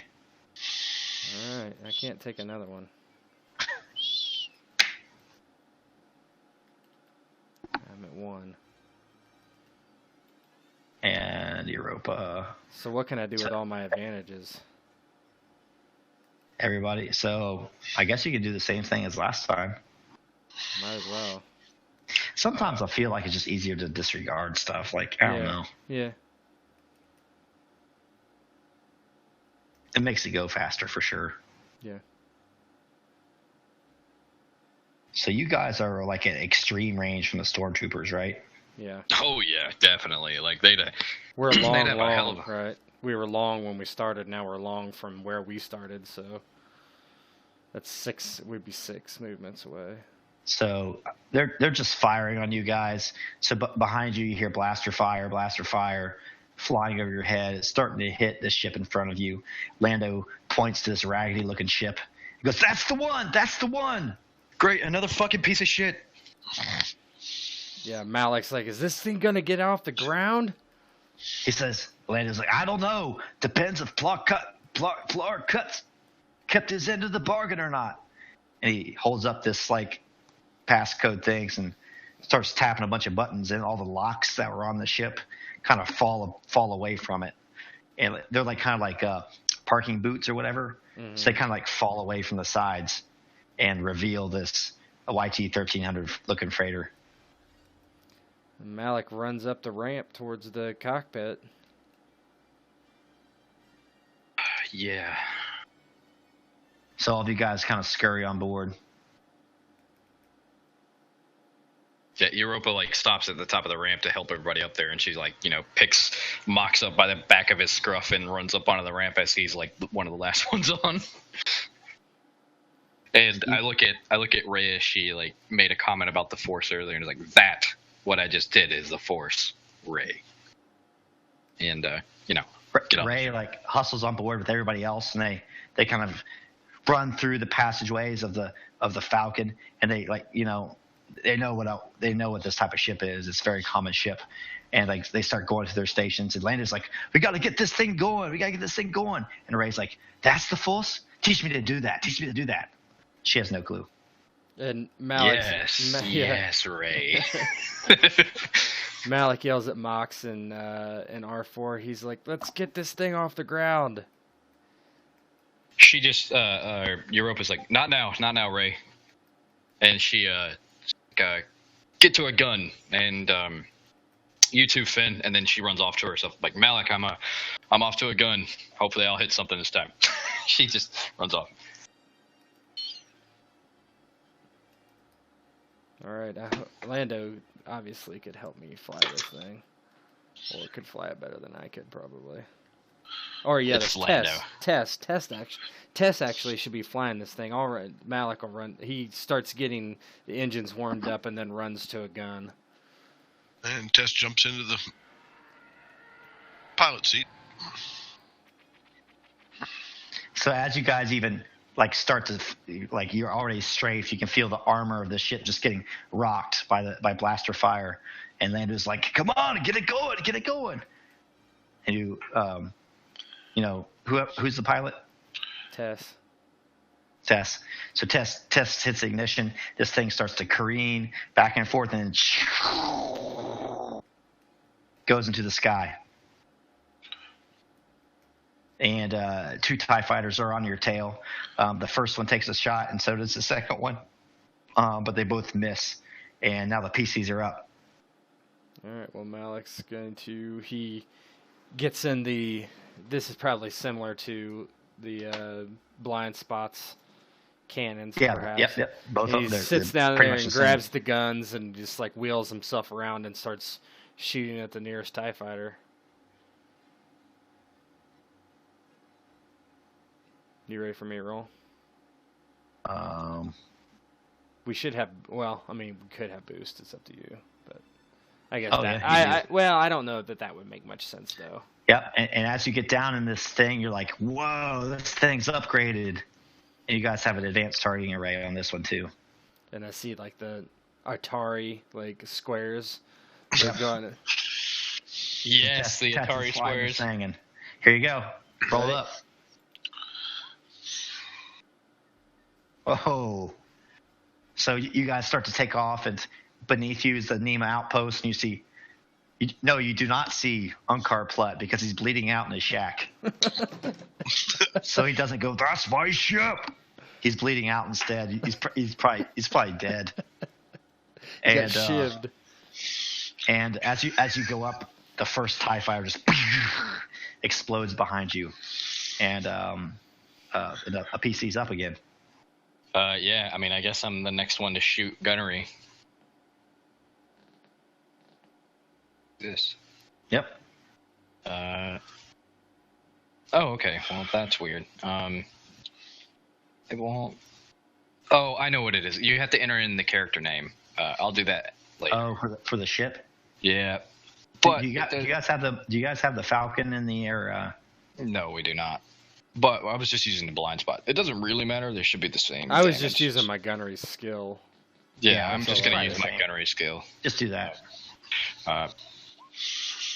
Oh my fucking god! What the shit? Or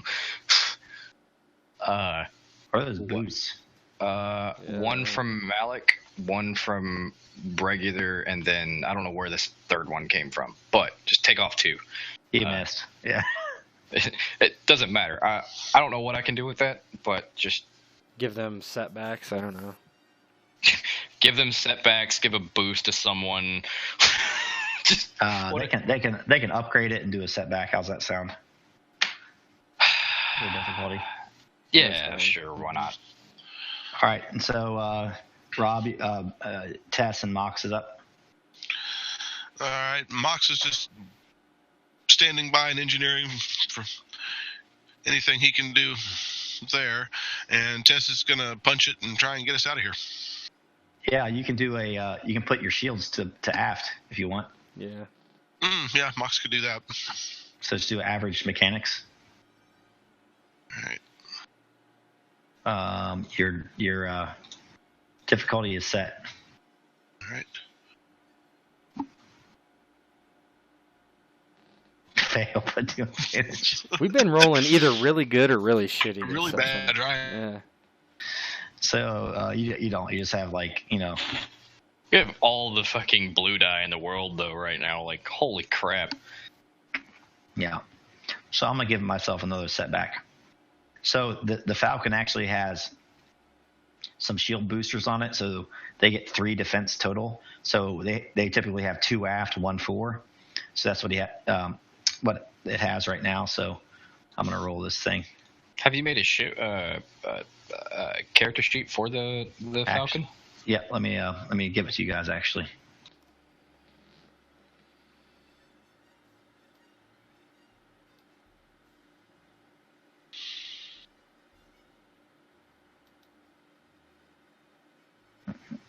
We can't edit it, but Yeah, I got it. All players, save. There we go. All right, it's all yours. sweet. So you lost that one ship, but this one's cool. I would rather have the Falcon. Yeah. I'd rather have the Falcon any day. What?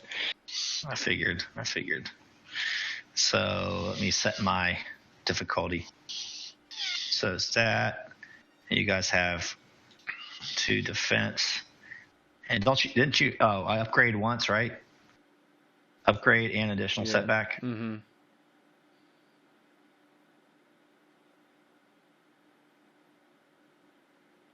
Miss. That's fine. It's just a little puny TIE fighter. You're going to take him out this round, I'm sure. Yeah, so he misses, and you guys continue to zoom into the atmosphere. Does So Tess need to where's roll to Malek? punch it? I don't remember. No, you don't roll No. for punch it. You Yeah, I just don't think you so just either. go. Okay. So Tess, Malek. I can act if you want. I'll let you make a daunting check just to punch it, just to go to light speed. Daunting piloting.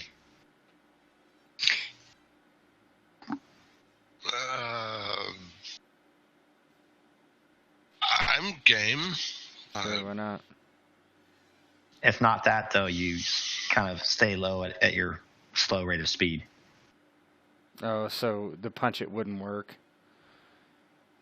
No, you get to choose. You just choose one or the other.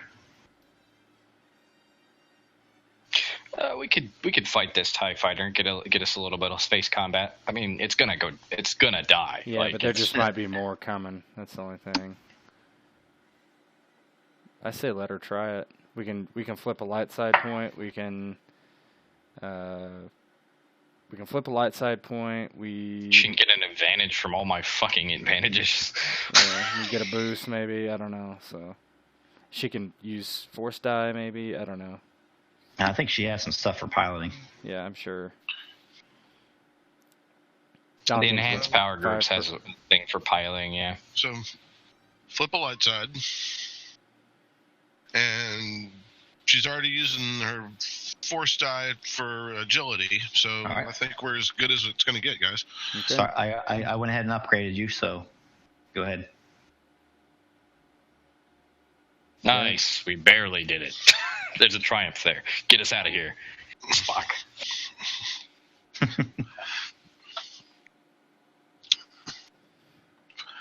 All right, let's get out of here. So you guys, all of a sudden, you're like, from the atmosphere into hyperspace.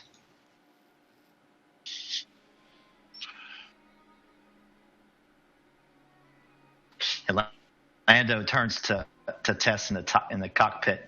He says, "Wowzers! I've never seen anything like that." Beautiful. He says, "I guess you're more than just a pretty face, young lady."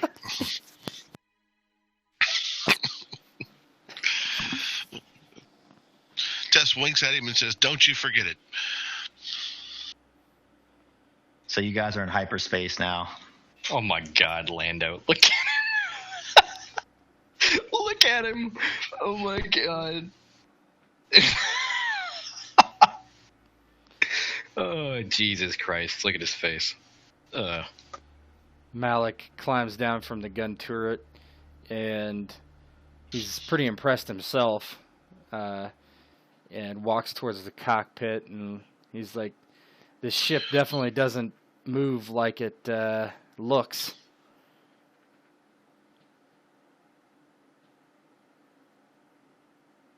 Europa's just like clambered out of like the ventral gun turret, and she just like slumps down into her like Finn sitting in a chair next to him, and it's just like pooped is the word that she's wearing like the stripper bikini and like the mechanic's outfit, and she just like her eyes kind of like roll over and like look at him and just shakes her head like. Lando kind of turns around from the co-pilot seat and says, "My buddy Han, he made a few special modifications."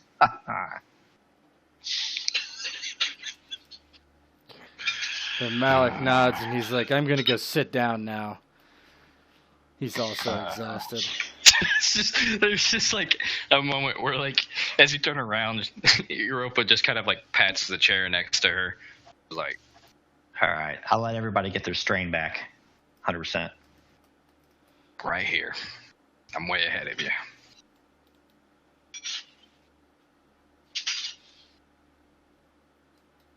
And so Malek does ask Tess, he's like, what course did you plot? Where are we going? Course? Question? Yeah, that actually Tess is it. Course. And she chuckles. Lando just interjects and says, "She just got us out of the gravity well, damn it. Aren't you guys any sorts of pilots? Right, Tess? That's what you did, right?" Tess nods. Says, "We're aimed in the general direction of the Resistance fleet." So Handa looks over the ship's controls. She says, "The problem is, that bastard Plaent didn't leave us much fuel.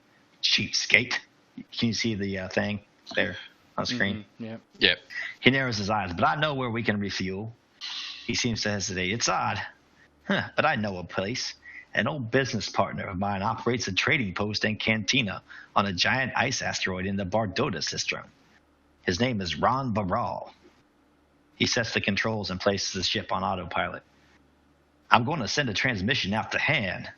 He grins. Looks like this thing still has all of Solo's old mods. Delete that last part since you made the jump to light speed already. So this thing is also equipped with a hyperspace transmitter that can send stuff out. This ship is sweet. Yeah. So now we have a little bit of time to relax. Any questions? He pops open a can of Colt 45. Colt 45s never came in cans, as I remember. They're all big double deuce bottles. But we have the cans here. Oh, really? Yeah. High tech. Big. I want to say we have cans here too. I'm not sure. Like the 24-ounce ones, I think. Yeah, I guess it's been probably 15, 20 years since I've drank a Colt 45, so. Oh, God, got to be at least that much. Yeah. Malt liquor gave me such a headache. Anyway, so Malek walks in. He's like, first, you said something about knowing we were there. So Lando goes over like by the Dejaric table and kind of sits down. He says, Han's been trying to track down the Falcon for a long time, but he knew it was on Jakku. Odd coincidence, he also told me you would be there, some sort of resistance mission. He also knew you could run into trouble. Sent me to look around, make sure nothing happened. He looks at Ray and Tess, and it's kind of his glance goes away from both of them, kind of hurriedly.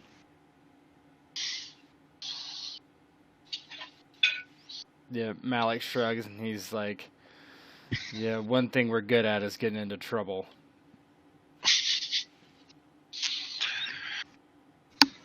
All right, give me one. I can leave my microphone on when I take a piss if you want. Oh, please God, no. All right. Just give me a 5-minute break. Okay. I'd say we're probably 2/3 done, so that's pretty good. Okay. All right. Give me a second. You can pause the video if you want. Yeah, it's fine. It's All not right. really possible, but it's good. All right. See it.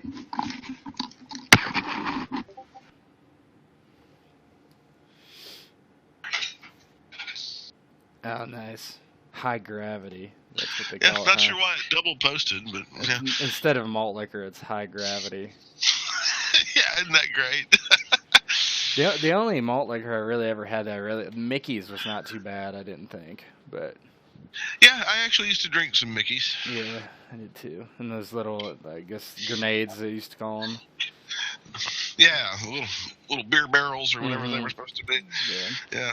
The worst was Little Kings. Have you ever had Little Kings? Oh my God, those were awful.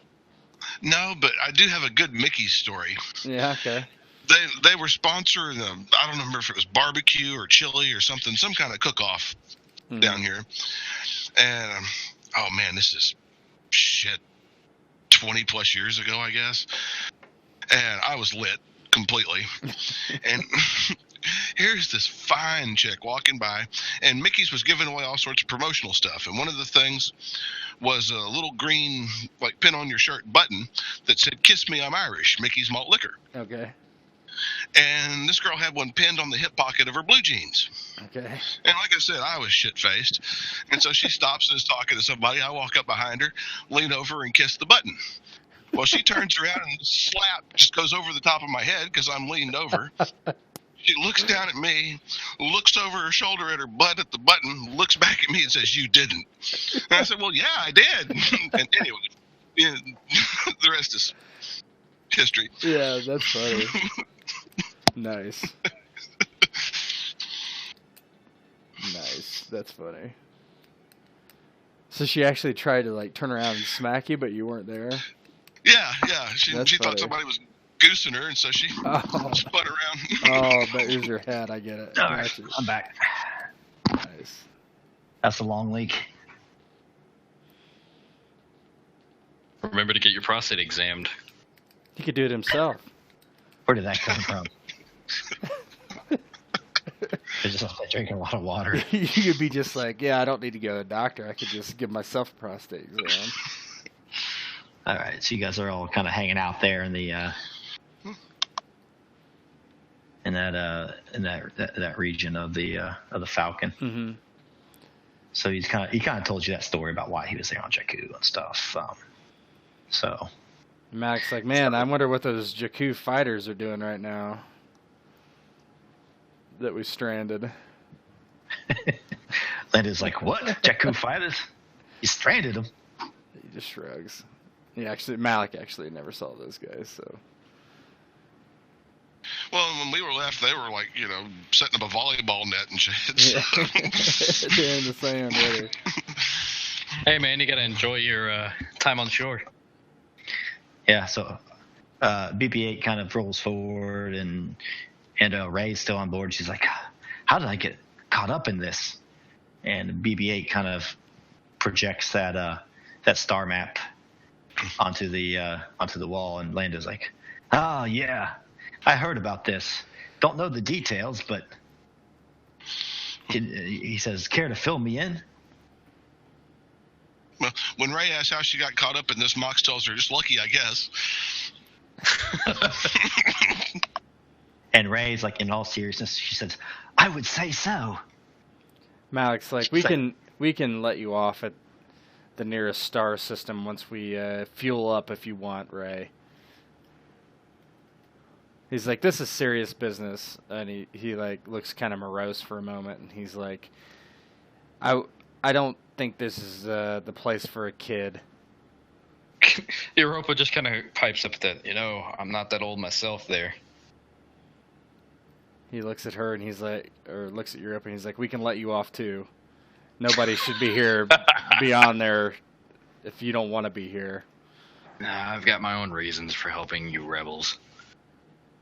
So Lando's kind of sitting there at the jar table, sipping some sort of drink, and he suddenly looks pretty serious. And he's like muttering to you, he's like, incredible, just as Luke said it would happen. What are you going on about, you old man?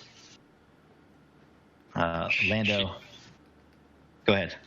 She just looks up with a swollen eyeball and mushed face and just looking a bit like Ronda Rousey did the other day.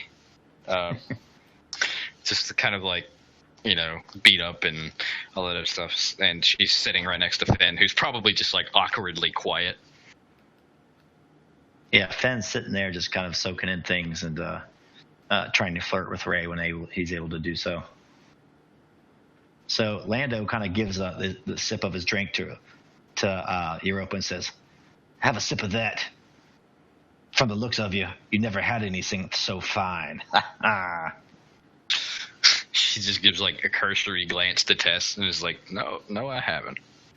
And he kind of continues, serious again. He sits down near the gaming table, seems relaxed in a reverie. He says, there's something special about Jakku. He looks at Ray and then the others. He goes, Han always talked about it. His eyes linger on Tess, first on her eyes and then on her other assets. He said, Leia always talked about it too. He raises his eyebrows, so did Luke. But they never let me in on all the details. His voice trails off. Only the odd snippet here and there. He smiles again, then stands. He produces that flask. Another flask from under his tunic. On Jakku, nothing is as it seems. Now, would anyone like a drink? It'll be several hours before we arrive at Rambaral's. You may need a drink to tolerate him. Yeah, Malek he doesn't drink, but he's like, you realize Leia is a traitor. And he's looks at him sidelong. And he looks to Malek in that American Indian commercial from the 80s. A tear comes from his eye. the littering public service announcement. Yeah. He says, I heard the news. A damn shame. He says, she was more than a princess to all of us. Malek's just Doesn't really respond. He just walks towards the cockpit. All right. Will's just fluttering about. There's some muttering stuff in a Brazilian accent. something about experience. Something about a headache. Something about XP, yeah. All right. Screen wipe, if anybody, unless anybody objects.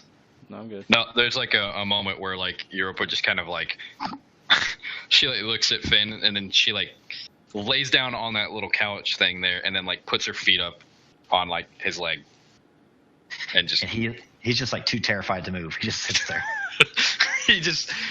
She just like goes to sleep, bleeding all over the place still, and like. And he like looks over his left shoulder there at Ray and goes, "Her feet, they really stink." And then there's a screen. Yeah, they probably do. Not gonna lie. Then there's a screen wipe. Mox surreptitiously bandages up Europa a little bit while she sleeps. Don't punch me while I do this. But that's all I do. No. One of these days I'll get a lightsaber. Can you guys see that icy landscape there? Mm-hmm. Ooh, yeah.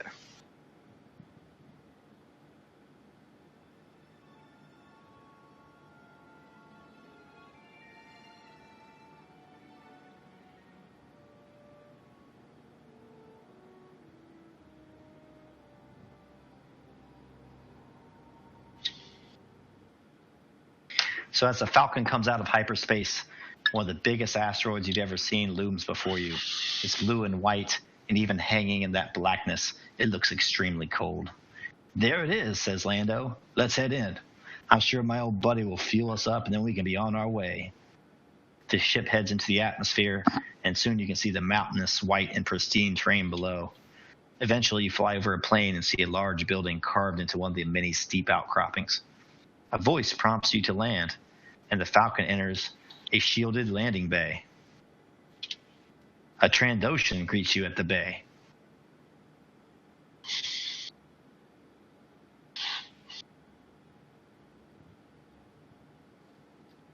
Whoops.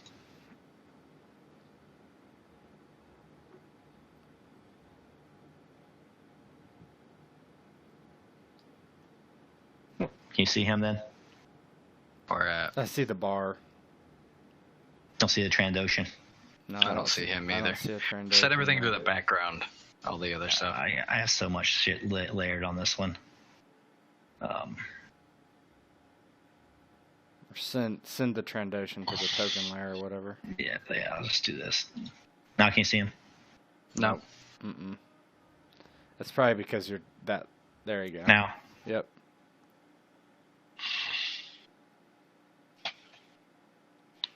All right, cool.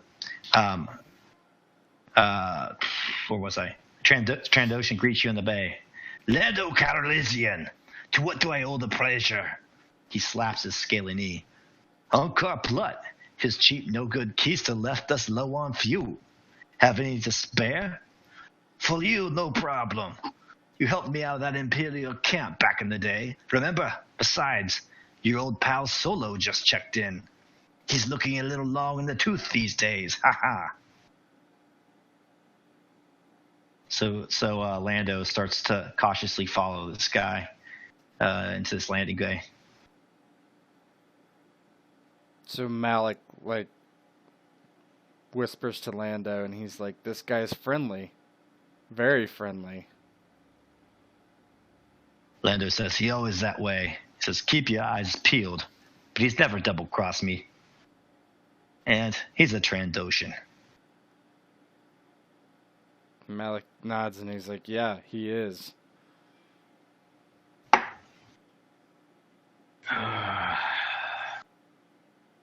There's just like the sigh of like alcoholic stupor, headache, and like when she wakes up, she's realized she's bandaged, and she's walking with the rest of the group. Like, I don't know. Last thing I needed was more alien freaks telling me where to go. So Poil is fluttering alongside Europa and says, she said, yeah, you might want to try to give me some gratitude once in a while. You know these people patched you up when they didn't have to. And nor did I ask them. He said, he just says, I'm just saying, what goes around comes around, and he flutters away.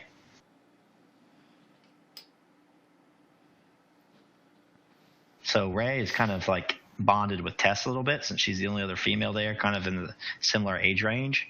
And she's just kind of following them and says, what do we do next? What do we do next? I'm just going to stay by your side. You look very capable. Tess looks at Ray, says, well, we're going to try and get some fuel from Lando's. She pauses, her brow furrows for a second. Friend here. Yeah, she says something about she feels bad being away from Jakku, but she says she knows she'll get back there soon. She's afraid that somebody might come for her. If you think you're going back to Jakku anytime soon, you're here for a while. Let's just put it that way. So as soon as she exits the ship, she's just like hit by the cold, which is like she's like has not felt anything like this. And she's like, whoa, this must be what cold feels like. It's like a moment where like no nipple jokes. Well, I mean, I'm the one that's the most scantily clad, but like there's like a moment where I'm like, oh no, and she like walks back inside.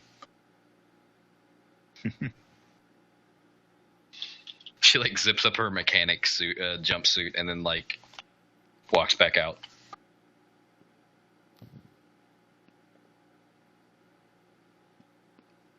Oh, I know the problem is my cursor was on the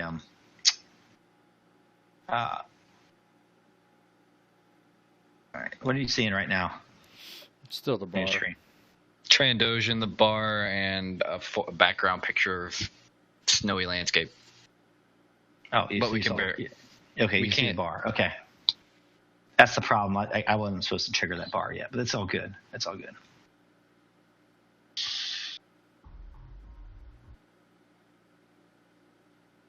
Jason's favorite music. Mm-hmm. You have to talk the Twi'lek into dancing for you. I actually can do that. We're getting into some territory that you guys don't know. Nope. But I'm too beat up to be attractive.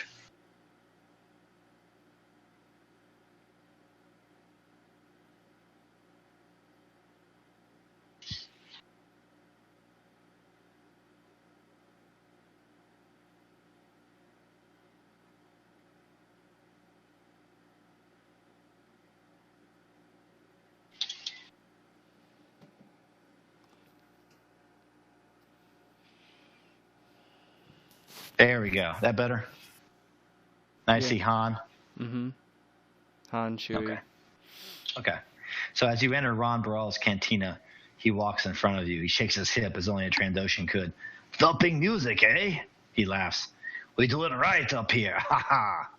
The place is filled with all sorts of aliens. Compared to most of these kinds of venues, though, the activities are actually pretty tame. There's no scantily clad dancers, no drugs, no other illicit activities. Most of the conversations you overhear are actually good-natured. From the corner of the cantina, a voice calls over to you. Don't mind Ron Baral. He's a reformed Trandoshan.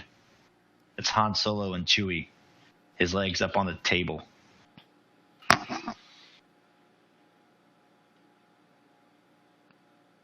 So Malek walks over to Han and nods to him, and he's like, thanks for sending Lando for us.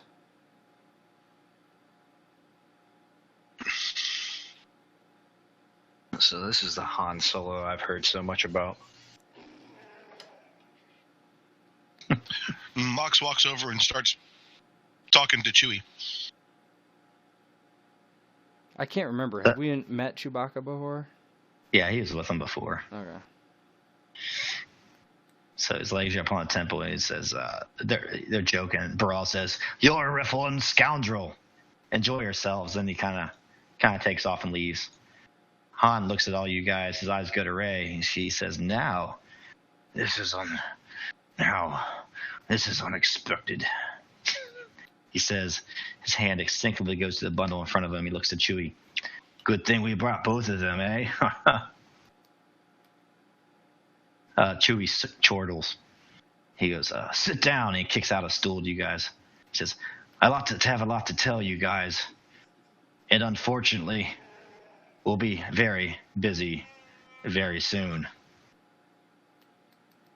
Likely we've been found out, but I knew that would happen, and help is on the way."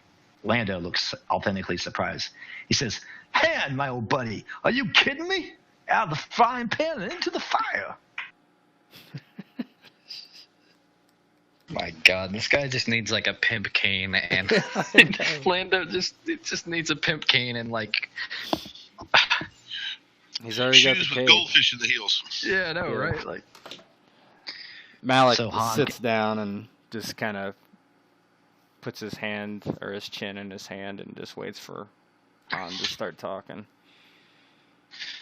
So he tells them how, he heard about Leia, and he makes an off-color joke about, how when she left him that he was sure that probably was what was going on. So she was going through the dark side. What's that? go, Johnny, go. And he says about how he's kind of been in close touch with the Resistance since Leia turned size, and he's become close with Squid Face Akbar, and how he's kind of the advanced troop, and he met you guys here, and he's like, "So did you get it? Did you get what you went to Jakku for?" What, your shitty ship? He says, Oh, you mean the map? Yeah, we got the map. and he looks to Europa and says, "Hey, who's Ink over here?" He's like, "A recruit." Recruit my ass. She just kind of says with like a pointed stare. Malek just shrugs and he's like, "You'll have to talk to Akbar." Han looks at Chewie. "What do you think? What do you think, pal?" And he goes, "Yeah, that's what I thought." He goes, "Newbies." He says, "But anyway, you got the star map?" Malek is like nods and he's like, "Why?" He's like, "We need to take it back to Akbar." And he says, "Soon enough." He says, "The Resistance will be here soon." He says, "Unfortunately, the First Order knows we're here too."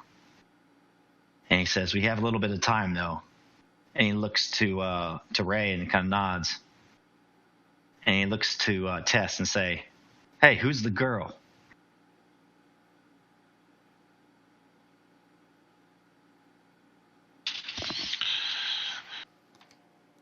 Tess tells Han that she's a Jakku local that helped us out.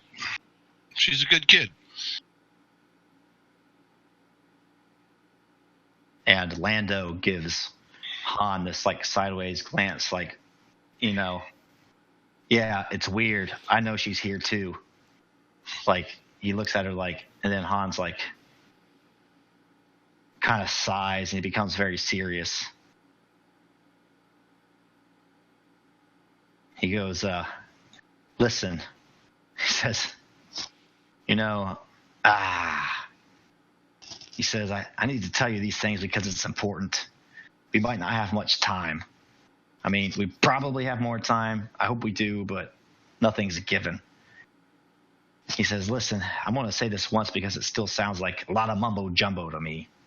But I've learned to trust Luke because he's never led me astray. And what he's told me has always become true." He looks to Rey and he says, "All of it." He looks to Tess and he says, "Sweetheart, I'm sorry. I've been holding out on you. What do you remember of your childhood?" So.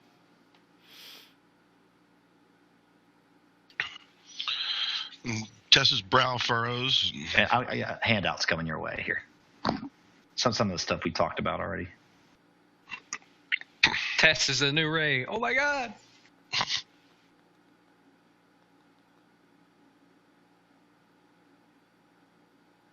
All right. Should show up in your journal now.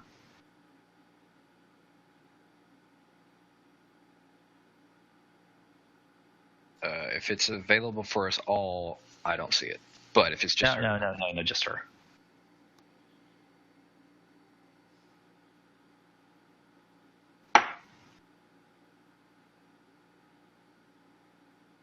You can say as much or as little of that as you want.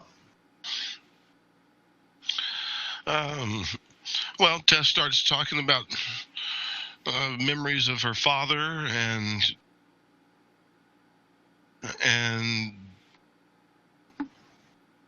their life growing up, and the more she goes on, the more she realizes that she doesn't really remember much of anything about her mother.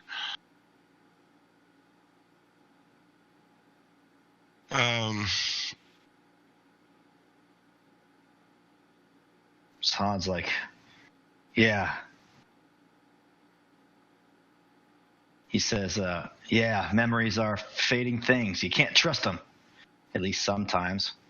He looks to Ray and he says, and you, girl, what do you remember? There's a kindness in his eyes, but a certain kind of sadness as well. I don't remember much, says Ray. BB-8 beeps at her. Nothing, really. Like you said, memories are fleeting and faded, like Jakku. She forces a smile. But I'm waiting for my family. They'll come back for me someday. His eyes show warmth. He says, Ray, you found your family. He looks to Tess. Both of you. Welcome home. He unrolls the bundle before him, revealing 2 lightsabers. He says, go ahead. Take them. They're yours. And with that, you see 2 lightsabers on the table. Ray looks to Tess, confused. Then Solo continues. Listen, kid, both of you. I'm not going to get it right, but I'll do my best. He leans forward. Back in the day, Jedi were supposed to have compassion, but no attachment. Then something happened. He pushes his hands away in derogatory motion. Luke called it the Force Awakening, a bunch of malarkey to me. But then again, it's all come to pass. He goes on to tell the tale of how Obi-Wan Kenobi took a lover and how that lover bore a child, and that child, now an officer in the New Republic, met a young Luke Skywalker. It wasn't love at first, he said. Luke was conflicted, but with time he did come to love Mara, and she bore him 2 little girls. If the smuggler's eyes were ever glassy, but not for drink, now's the time. Han Solo's face is fraught with strain. And then my son ruined it all. His face turns into a deep frown. Go ahead, they're yours. There's just like a moment where like Europa's just kind of like awestruck. She's like looking at the lightsabers in front of her, and she's just like, wow, it's heavy. Well, and Tess, too, is sort of taken aback, not sure what to think of any of this. And Ray is just like probably the most awestruck. All the blood is drained from her face. She's just some girl that lives in the desert that has no clue about her past and happened in with this company and now finds out that she is possibly Luke Skywalker's daughter and Obi-Wan's granddaughter. And she looks to Tess and says, so we're sisters? Tess looks at Ray and shrugs. Malek wonders why they have such different sized breasts. Yeah, it's like maybe like when that was being said, Europa probably actually was like looking between them both, like, Han, I don't know what you're talking about here. Like, this is like, that doesn't make any sense. So Han's like, what, do I have to throw them at you? Get those things out of my sight. She don't want it. I will. I'll take it. Yeah, well, Tess will pick one of them up. She's wondering, of course, who Burwell Sark was and what happened. How she... My whole life's been a lie.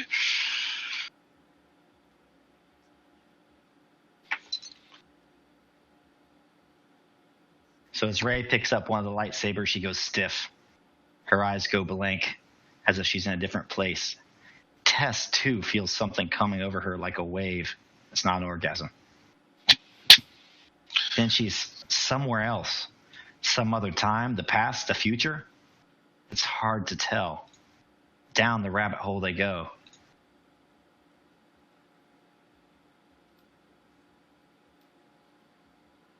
Now it's raining. There's a peal of thunder. The peal of a lightsaber.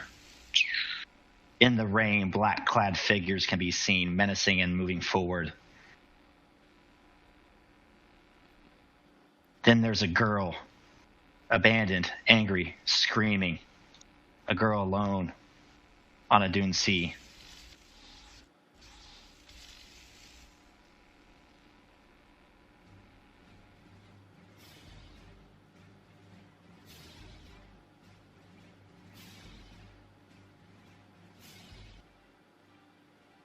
Then there's a large room, a statue at the end, dark and foreboding, hundreds of carbonite frozen figures in a row, standing like soldiers at the ready. Then there's an all-seeing eye, red. The camera pans out. A massive space station the size of a planet.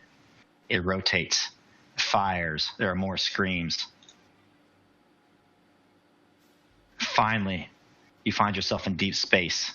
All around you is a fleet of unimaginable strength. Ahead, another massive space station, this one oblong and menacing. And then reality returns.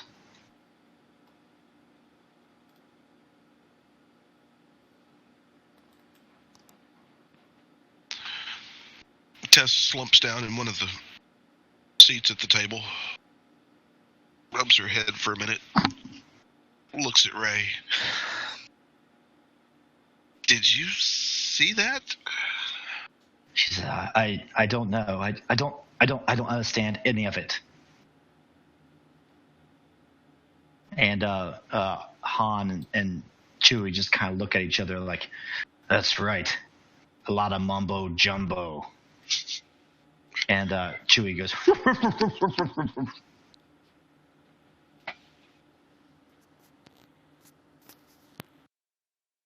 So Europa and Malek's reaction.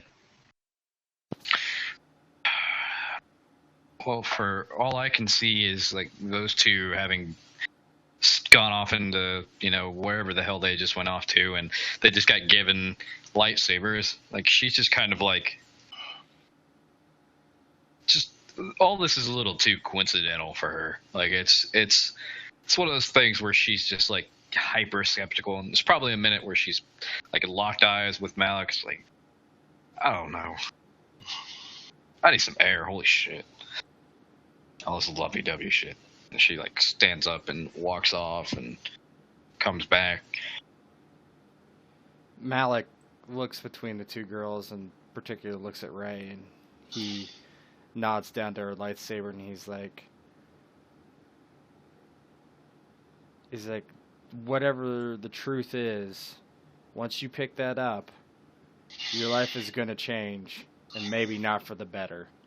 He's like, trust me, I know. She just looks at you. She like starts to say something like snarky, but then she looks at your countenance, and you obviously have a very grim look on your face. And she thinks seconds of that. And she's like, very well. She says she'll do her best to honor this weapon, even though she doesn't even know why she's here. She doesn't know why she's here. She says, this is just too much, and she starts to run off. Malek tries to catch her by the arm as she's taking off. All right, vigilance versus cool. Ray versus Malek. Let's do it. Let's see here. Can I get in on that vigilance? I'm not going to do anything, but I just want to see if I can react. They team tackle Ray. No. I was.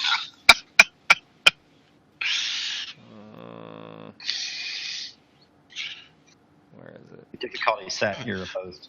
Vigilance, you said, for me? Yeah, because you just reflexively try to. Yep.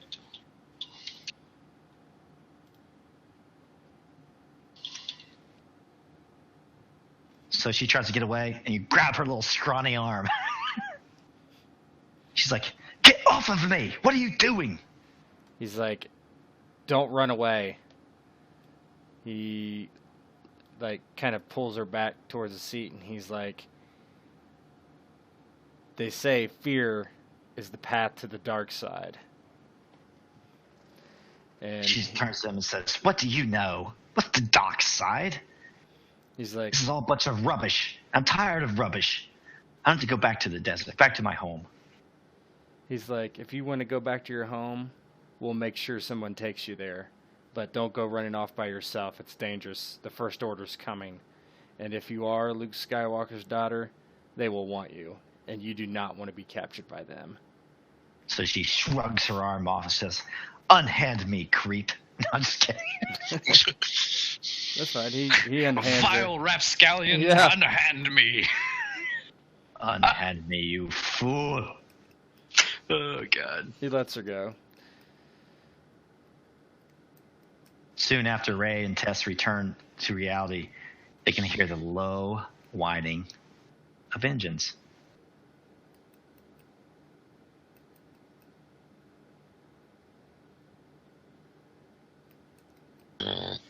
There you go.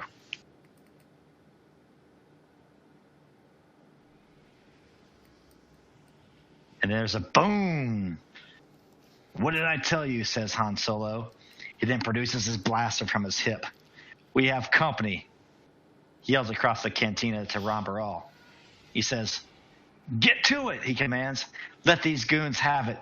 We need just to last until the boys arrive." Amazingly, the cantina starts cheering. Were they expecting this?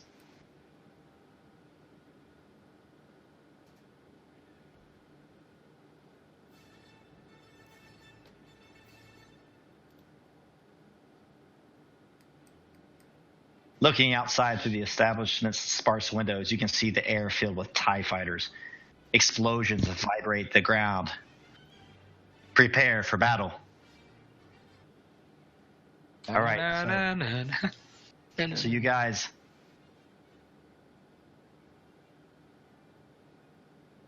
there's your team.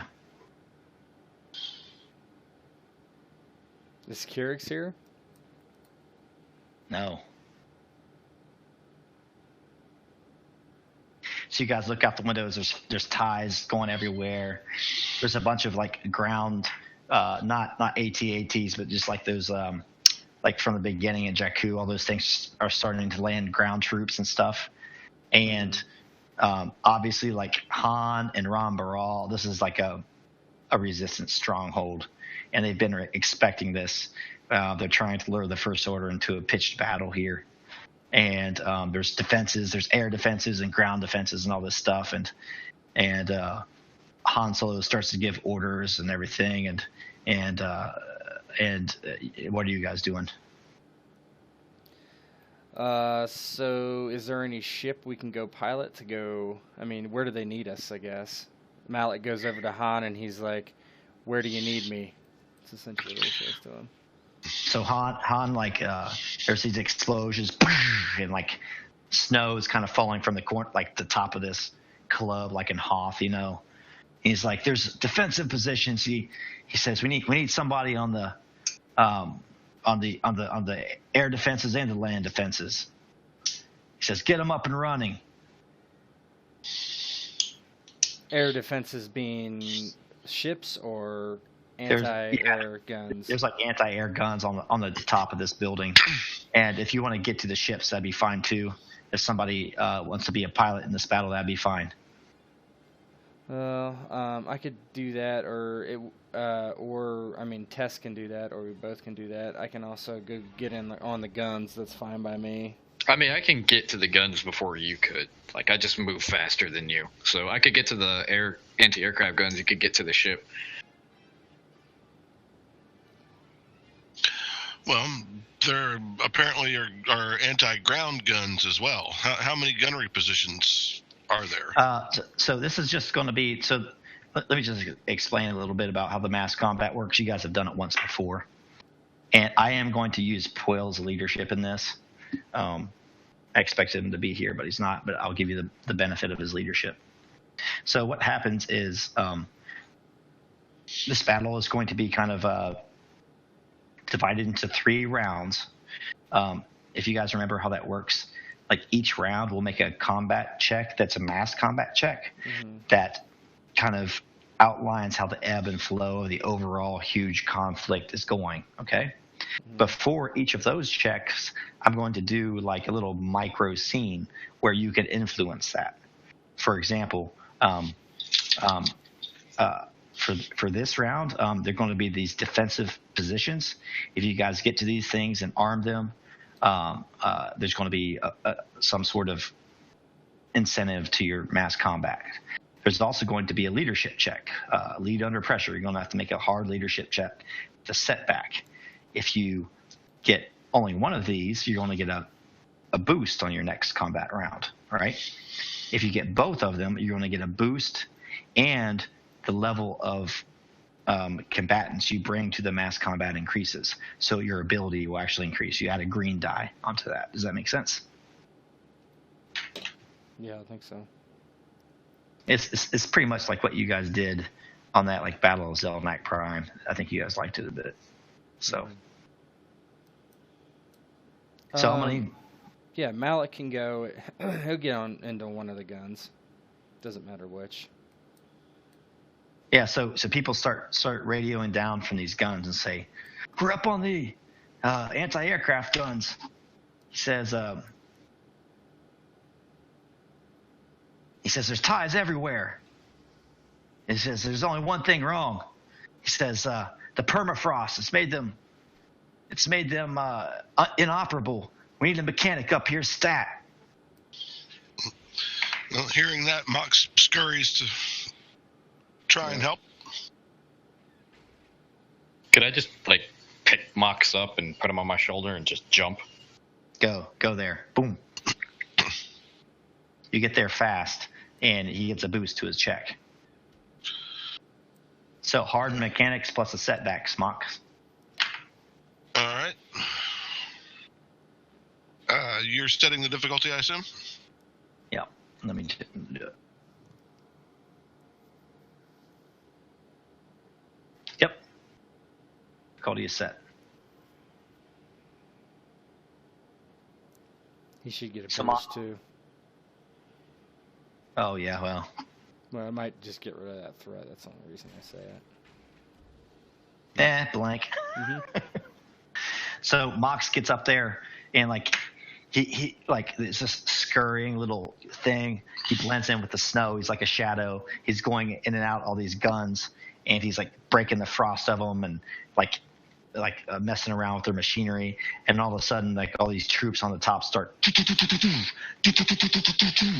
like going after these TIE fighters. And like every once in a while, you see like one of the TIEs just explode into the snow. And one of the troops radios down, and you hear Han Solo's kind of calm like, "Hey, whoever you sent up here is doing a great job. Let's keep it going." And then crap. I wish Bruno was here, but Quill is gonna kind of rally the troops and say, "Everybody on me!" And he like gets all the bunch of ground troops, and he's starting to head out to form a defensive perimeter. And he's going to do a leadership check. Let's find his sheet.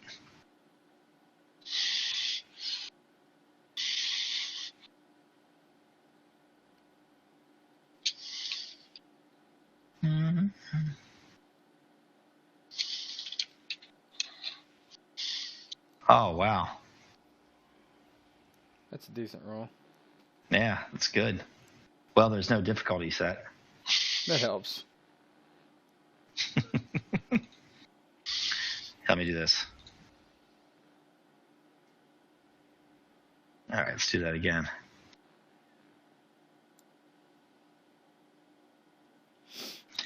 Come here, you quill.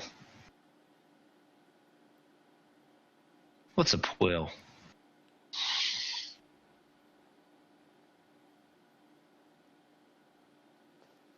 Ah, there you go. Still good. Still a decent roll, yeah. So Quill flutters and he goes outside and like puts these goggles down, and all these like guys from the cantina go out in front of this establishment, and like they get up behind snowbanks and take defensive positions and start as these stormtroopers, these snow troopers are going across the snow, kind of Russian army style. They're starting to mow them down. So you guys are going to have a boost, and you're going to have an increased ability on this first mass combat check. Now I'm going to clear my dice pool, and I want Rivers. I want you to make this first check. Okay, I'll tell you what the dice pool is going to be. All right. Okay. Is it just dice? Is it not a stat? Just clear your dice pool and just put it in manually. Okay. All right. It's going to be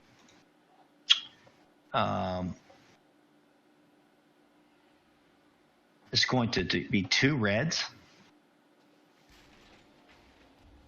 and 1 blue. Okay. Versus, let me see what Poyle's leadership is. Ooh, 3. So what did I say? 2 reds, 1 2 blue. reds, 2 reds, one black. I'm sorry, 1 black. Okay. And it's going to be versus 1 green, 2 yellow. Okay. Is that it? 1 black. Yeah. 1 And green. one I've got it. It's 1 green, 2 yellow, 1 black, 2 red. Nothing else. Nothing else. Okay. Tell me what the entire check is. 1 green, 2 yellow, 1 black, 2 red. Yes. Oh man.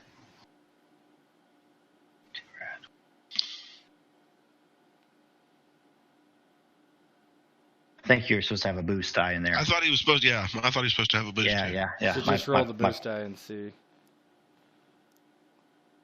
you get Come on. success.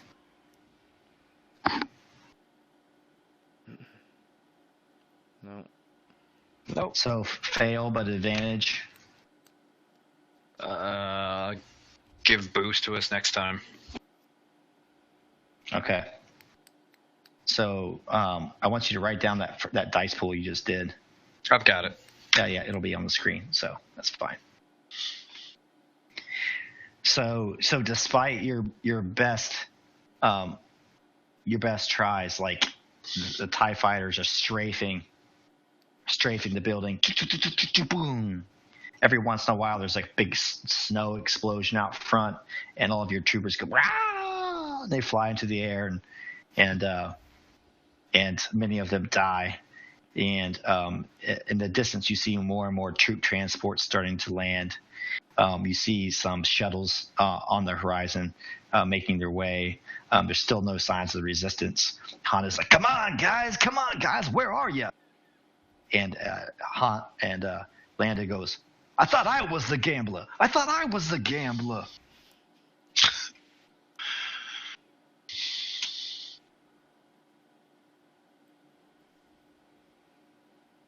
So on this next round, I'm going to let you guys kind of each one of you make some sort of check about how you're going to help, and then we'll use that to see how it affects things.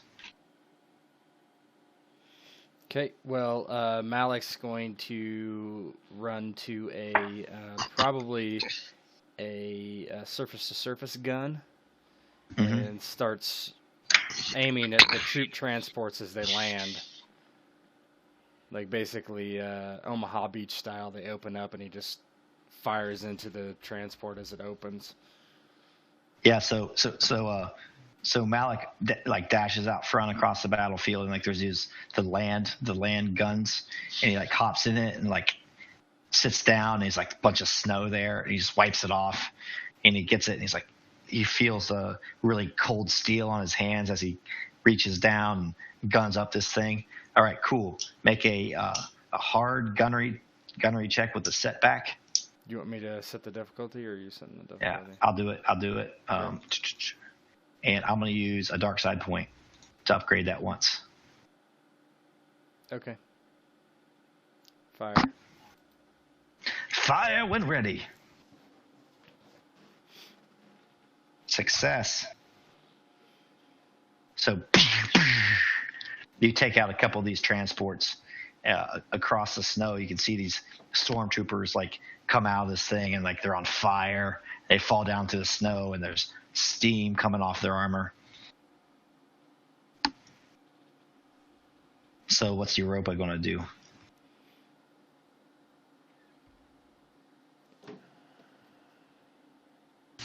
I think she is going to head down with Malek and and basically provide like a sort of like a screen, and she's gonna basically be the front line with the troops that are there. So like anybody that gets too close, or any stormtroopers that get too close, she'll deal with them. Like as per like leaping down out of the like off the top of the roof as like an explosion happens and lands in front of Malek and starts, dealing with anybody that gets too close and jumping here and there. And yeah, so like there's an explosion on the roof, and like Europa leaps down, boom, boom, boom, boom. She flips, boom, lands in the snow, and Malek like sees her on his left and is pretty glad that she's there, because just when a group of snow troopers is about to open fire on his turret, she just takes them out. And just like bam, bam, bam, judo chop, takes them out, and then she runs out into the fray, anime style, and make your check. It's going to be whatever check you want, hard with the set, difficulty set. All right, let's do this. I will commit my force die to do this. So let me bump that up. Oh, I need to clear my pool. Sorry, give me a second. And that'll bump me up another one. So basically, I'm going to be rolling another green. I just need to... You just hit upgrade if you want or something. That means I succeed. The light side point.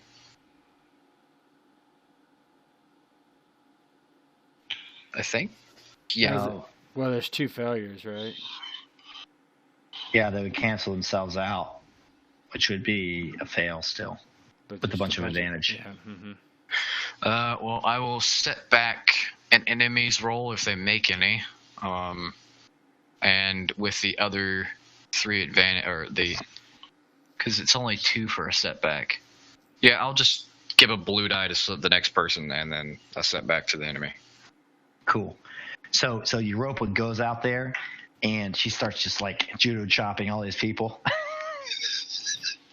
Actually, she just like does a solar plexus punch, and Malek from his turret can see these like she'll punch a guy, and he'll go flying like 15 meters in the air. Just kind of using the force, this augmented force. It's augmented force capabilities, right? Or like body strength, and like.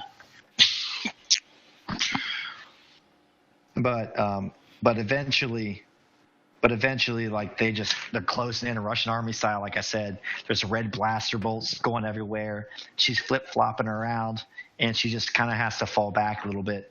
And she's winded, and she's probably like, there's too many of them or something like that. All right, Mox or Tess, how do you want to help? Get Tess up there, man.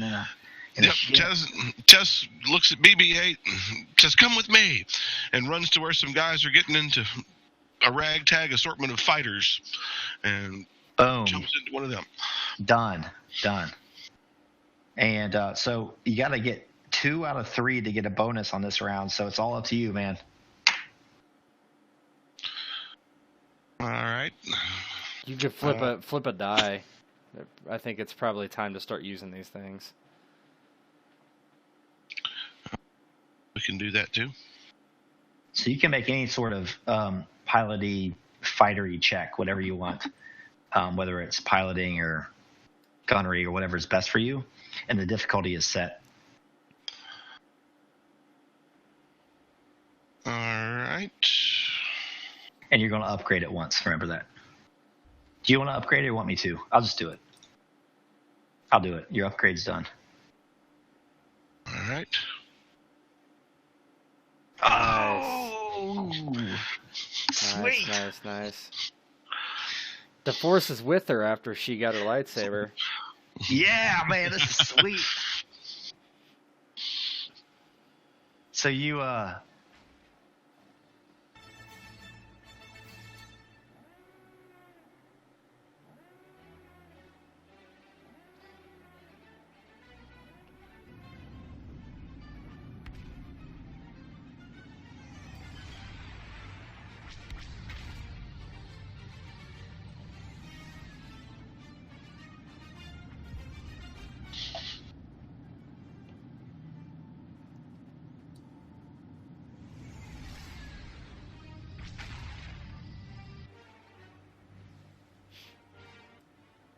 So over the horizon, you guys see these, not over the water, but over snow. All these X-wings just throwing up all this snow in their wake, and you hear Han Solo's comm sys go. Black leader standing by. Purple leader standing by. Red leader standing by. Attack formation Delta. All go. And then these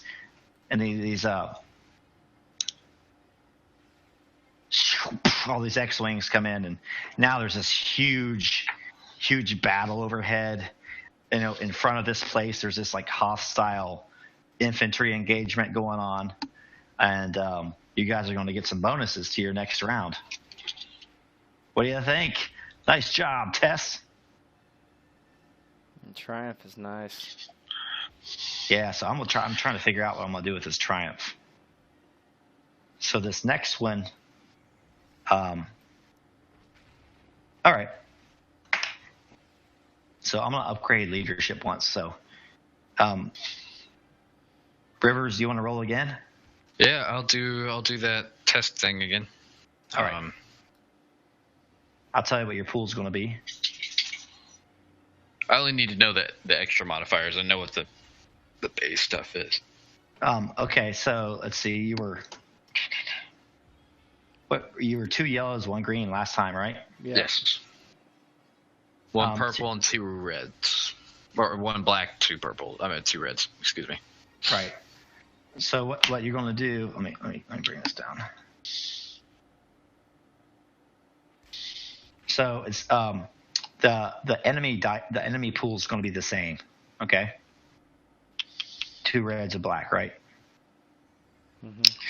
And the good guys pool is actually going to be 1 green, 3 yellows, and a black. Okay. So what are my? It's just a black, no reds. The negative dice are going to be 2 reds and 1 black.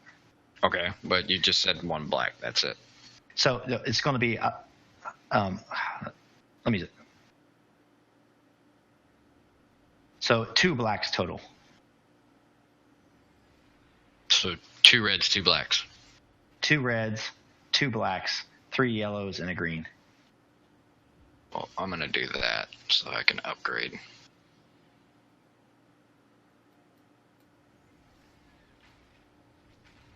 Nope.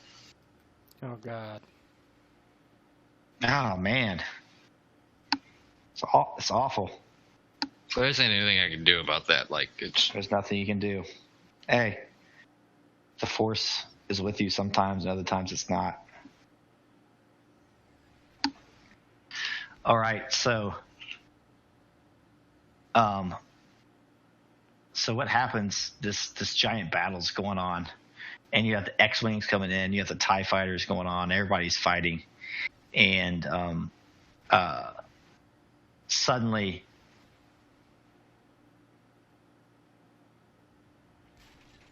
a giant, bat-shaped shuttle lands in the battle, and Kylo Ren steps out, and he ignites his lightsaber.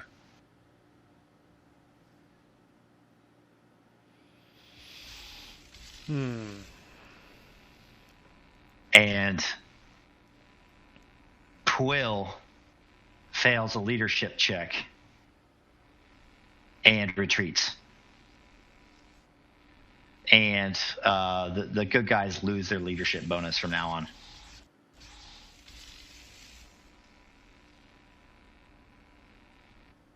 Kylo's in the middle of the battle. He's coming forward.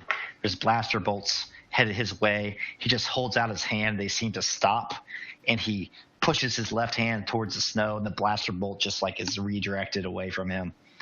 And the soldiers on the front lines what the hell?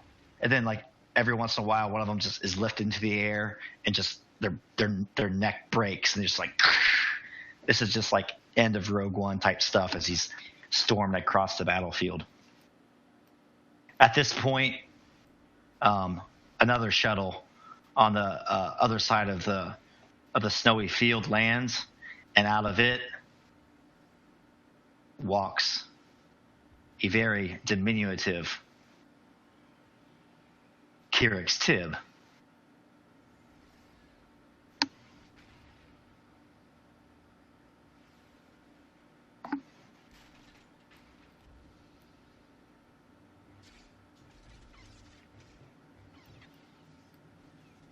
And the two join battle on the field of snow. So you got these red lightsaber going, and we have Kyrix and Kylo Ren fighting, and everything else is going on. The good guys are sounding a retreat. More and more enemies are starting to land. And then we're going to head into the next round. This is going to be it, guys. Yeah. Round 3.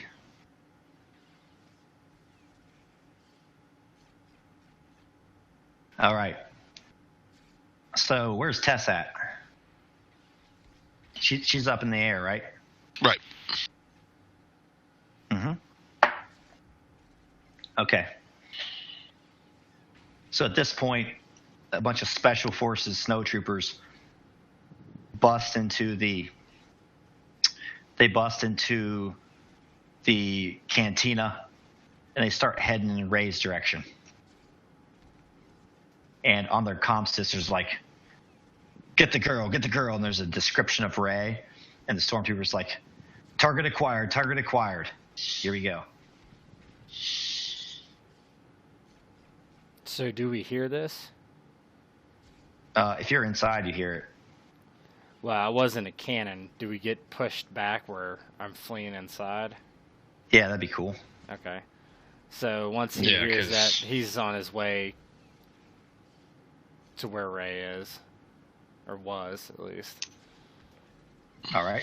And so we're going to do the same thing. We're going to make a round of checks. And if you get 2 out of 3, you're going to get the bonus. All right. So what's Malek doing here? He's going to start firing on the stormtroopers as he heads down the hallway from their rear. I think he comes up behind them, takes cover, and just starts shooting with his rifle.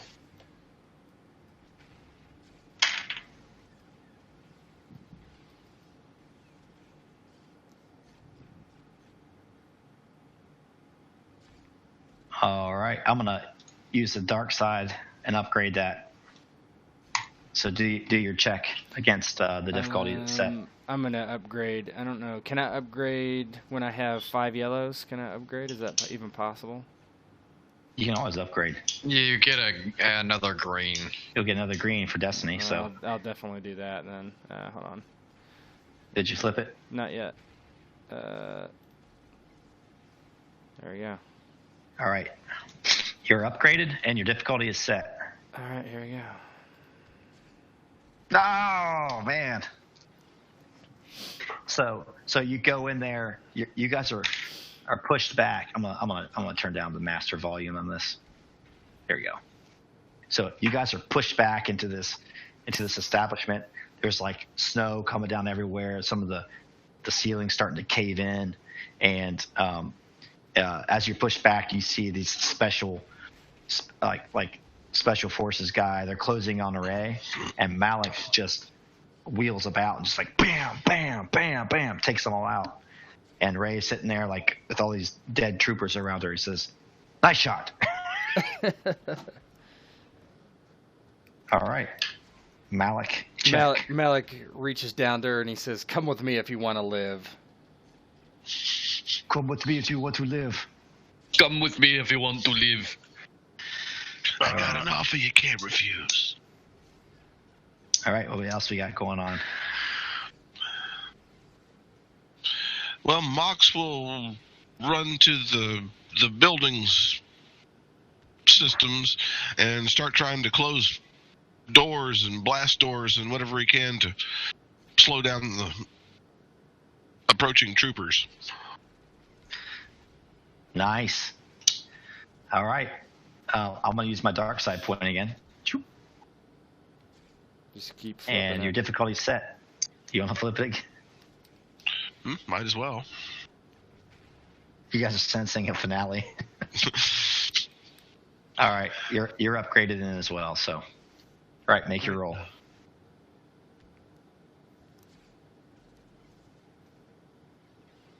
Nice. Oh, but there's a triumph.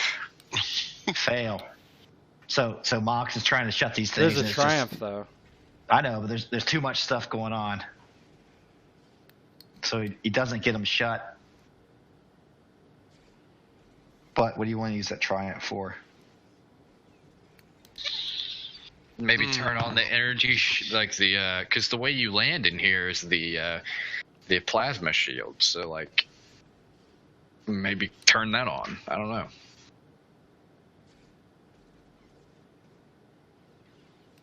Yeah, that works for me.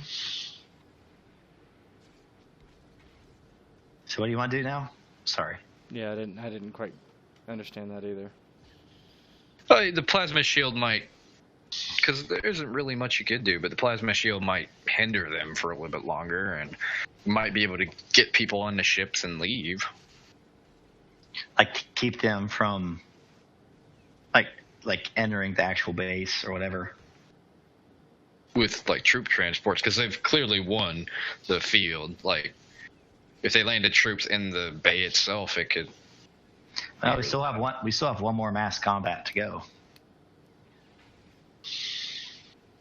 So the way it happens is cumulative, and each one adds to the other. But then there's always I get that. I get that. You could always have like just the awesome luck at the end and win. It's the wars. Yeah. I'm just trying to come up with a thing for he can use the triumph for. Yeah, whatever you want, man. What are you thinking, Rob?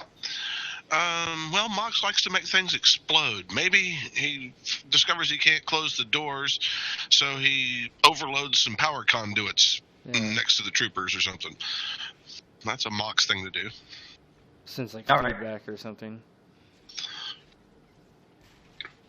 Yeah, so all the new troopers like trying to get in, like they're trying to get in the doors. Every time they try to open a new door, the power just explodes and it like blows off their arm. And they're like, ah! That's wrong.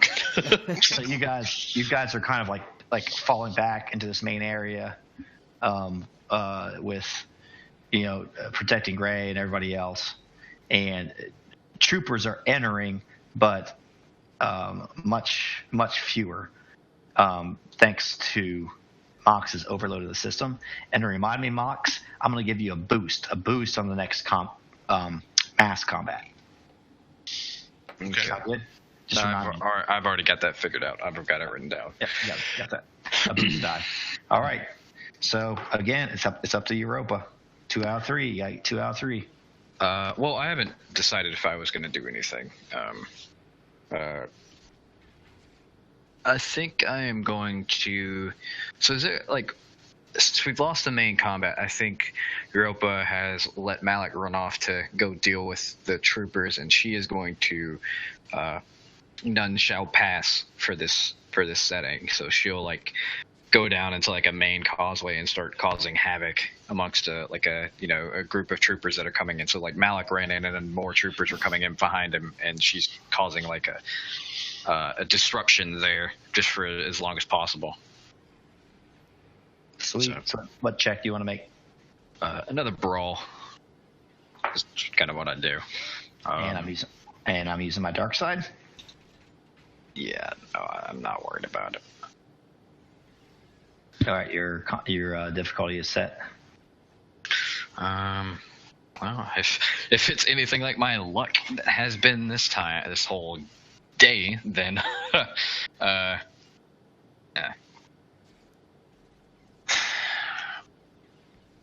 So that's just success.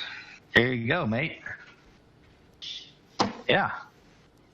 I'll take with that threat. I guess I'll take strain. All right, take your strain. All right, so you guys did get 2 out of 3. So I'm gonna let you regain your leadership bonus. If you wouldn't have got that, you guys would have been fucked. Okay, well. So Quill was falling back. He was struck by the dreadful image of Kylo Ren on the field, slaughtering troops. But as he comes inside, he's heartened by Malek and Europa and Mox's valiant efforts. He says, "If we're going to die, we're going to die with honor." And he's like, "Forward, men!" And they all rush forward again, and they form an organized defensive barrier, trying to prevent anyone else from entering the facility. Sound good? Mm-hmm. Sounds good. Works for me. I wanna spend a light side point, but like it's more profitable to do a green. Yeah. We got one more roll to do. I'm gonna sit out and then we'll be done. Here. So I'm gonna flip the light side point. You gonna set the upgrade for me? For what? What do we? Oh, the roll at the beginning. Okay. I'm probably just gonna roll this one. It's gonna be more complex. So. No, I mean I've got it all typed out here. I mean I've got it all typed out. But there's a bunch of enemies landing and stuff now, so they're going to go up a little bit. No, you can do it. That's fine. So we both flipped one. So they're going to be both upgraded and upgraded, right? Upgraded and upgrade, yes. Okay. So I'm going to allow that to happen, and then it's going to be as follows. Okay. The bad guys are going to be.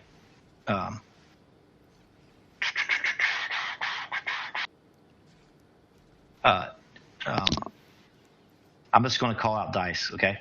That's fine. So it's going to be 2 purple, 2 red, 1 Holy black. shit.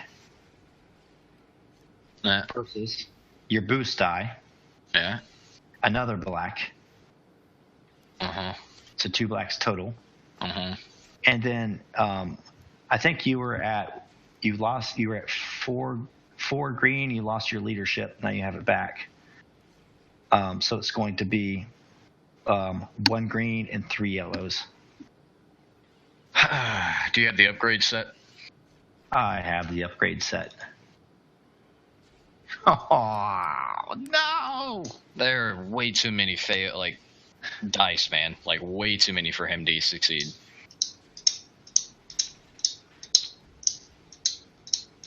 I thought it was 2 reds, 2 purple. There was an upgrade on the. There was, but there's more enemies Okay. Yeah, like a landing every time. So every round, the first 2 rounds there weren't more enemies, and the second round or the third round there were. Well, there's not much we can do about it. So yeah, whatever. you gain some greens as well. You got your leadership and stuff, but Yeah, that blank yellow really screwed us. blank yellow screwed you. And basically, you didn't roll anything on your boost at all. Mm-hmm. I'm tempted to kill Kyrix, but I can't. Why not? Oh, he's not here. It's bad. It's bad. Bad karma. Kill Quill. I mean, at this point, one of them's got to die, and you shouldn't punish the players that are actually here. Oh, yeah. I'll let him decide who dies. I'll let him decide. So. All right. Finally, you guys lost a big battle. You guys seem to win everything. We lost that big naval battle when Thrawn showed up. You had to. You could have won that, actually. Yeah, you could have won that. That was a very, very tough one. That's how you know when you're in a good game. We lost that big naval battle when Thrawn showed up. Yeah. That's how you know you're in a fun game.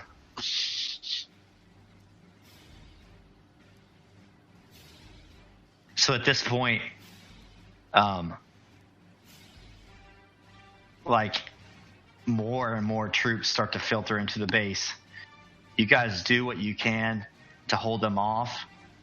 Then you hear some screaming from outside, and Kylo Ren enters into the base.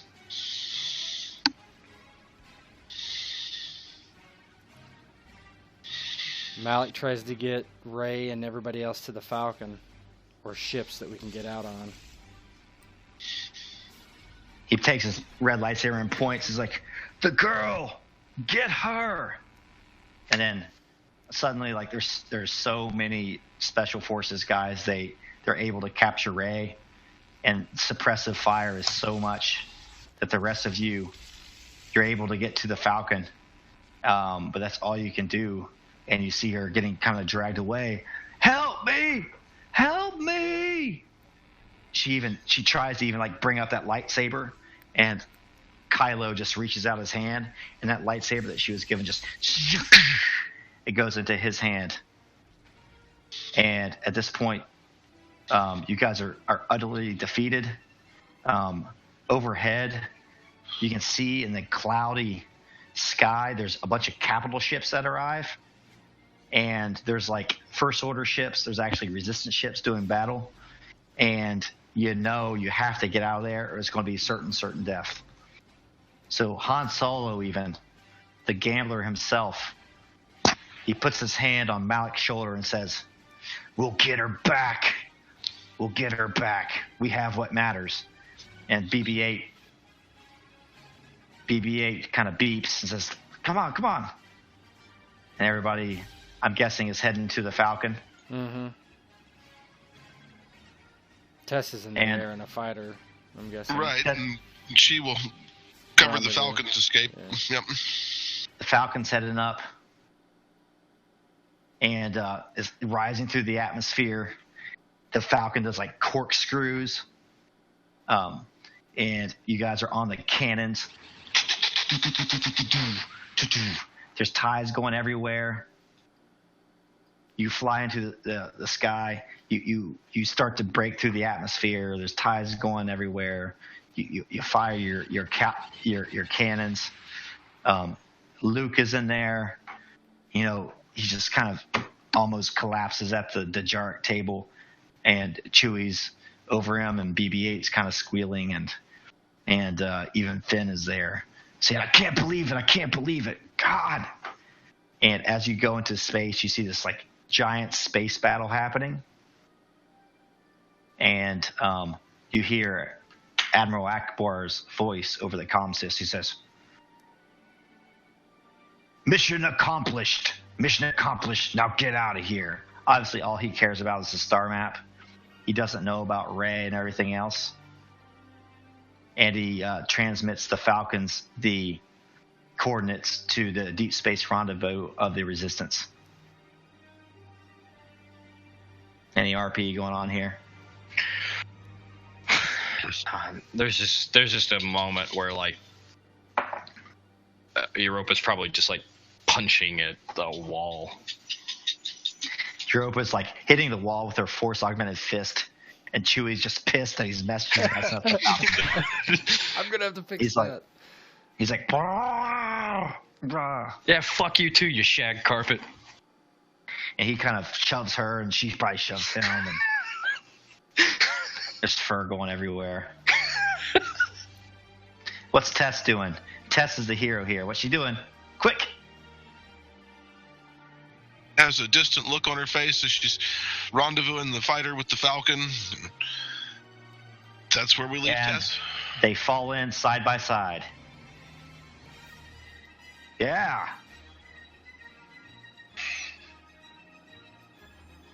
Total failures.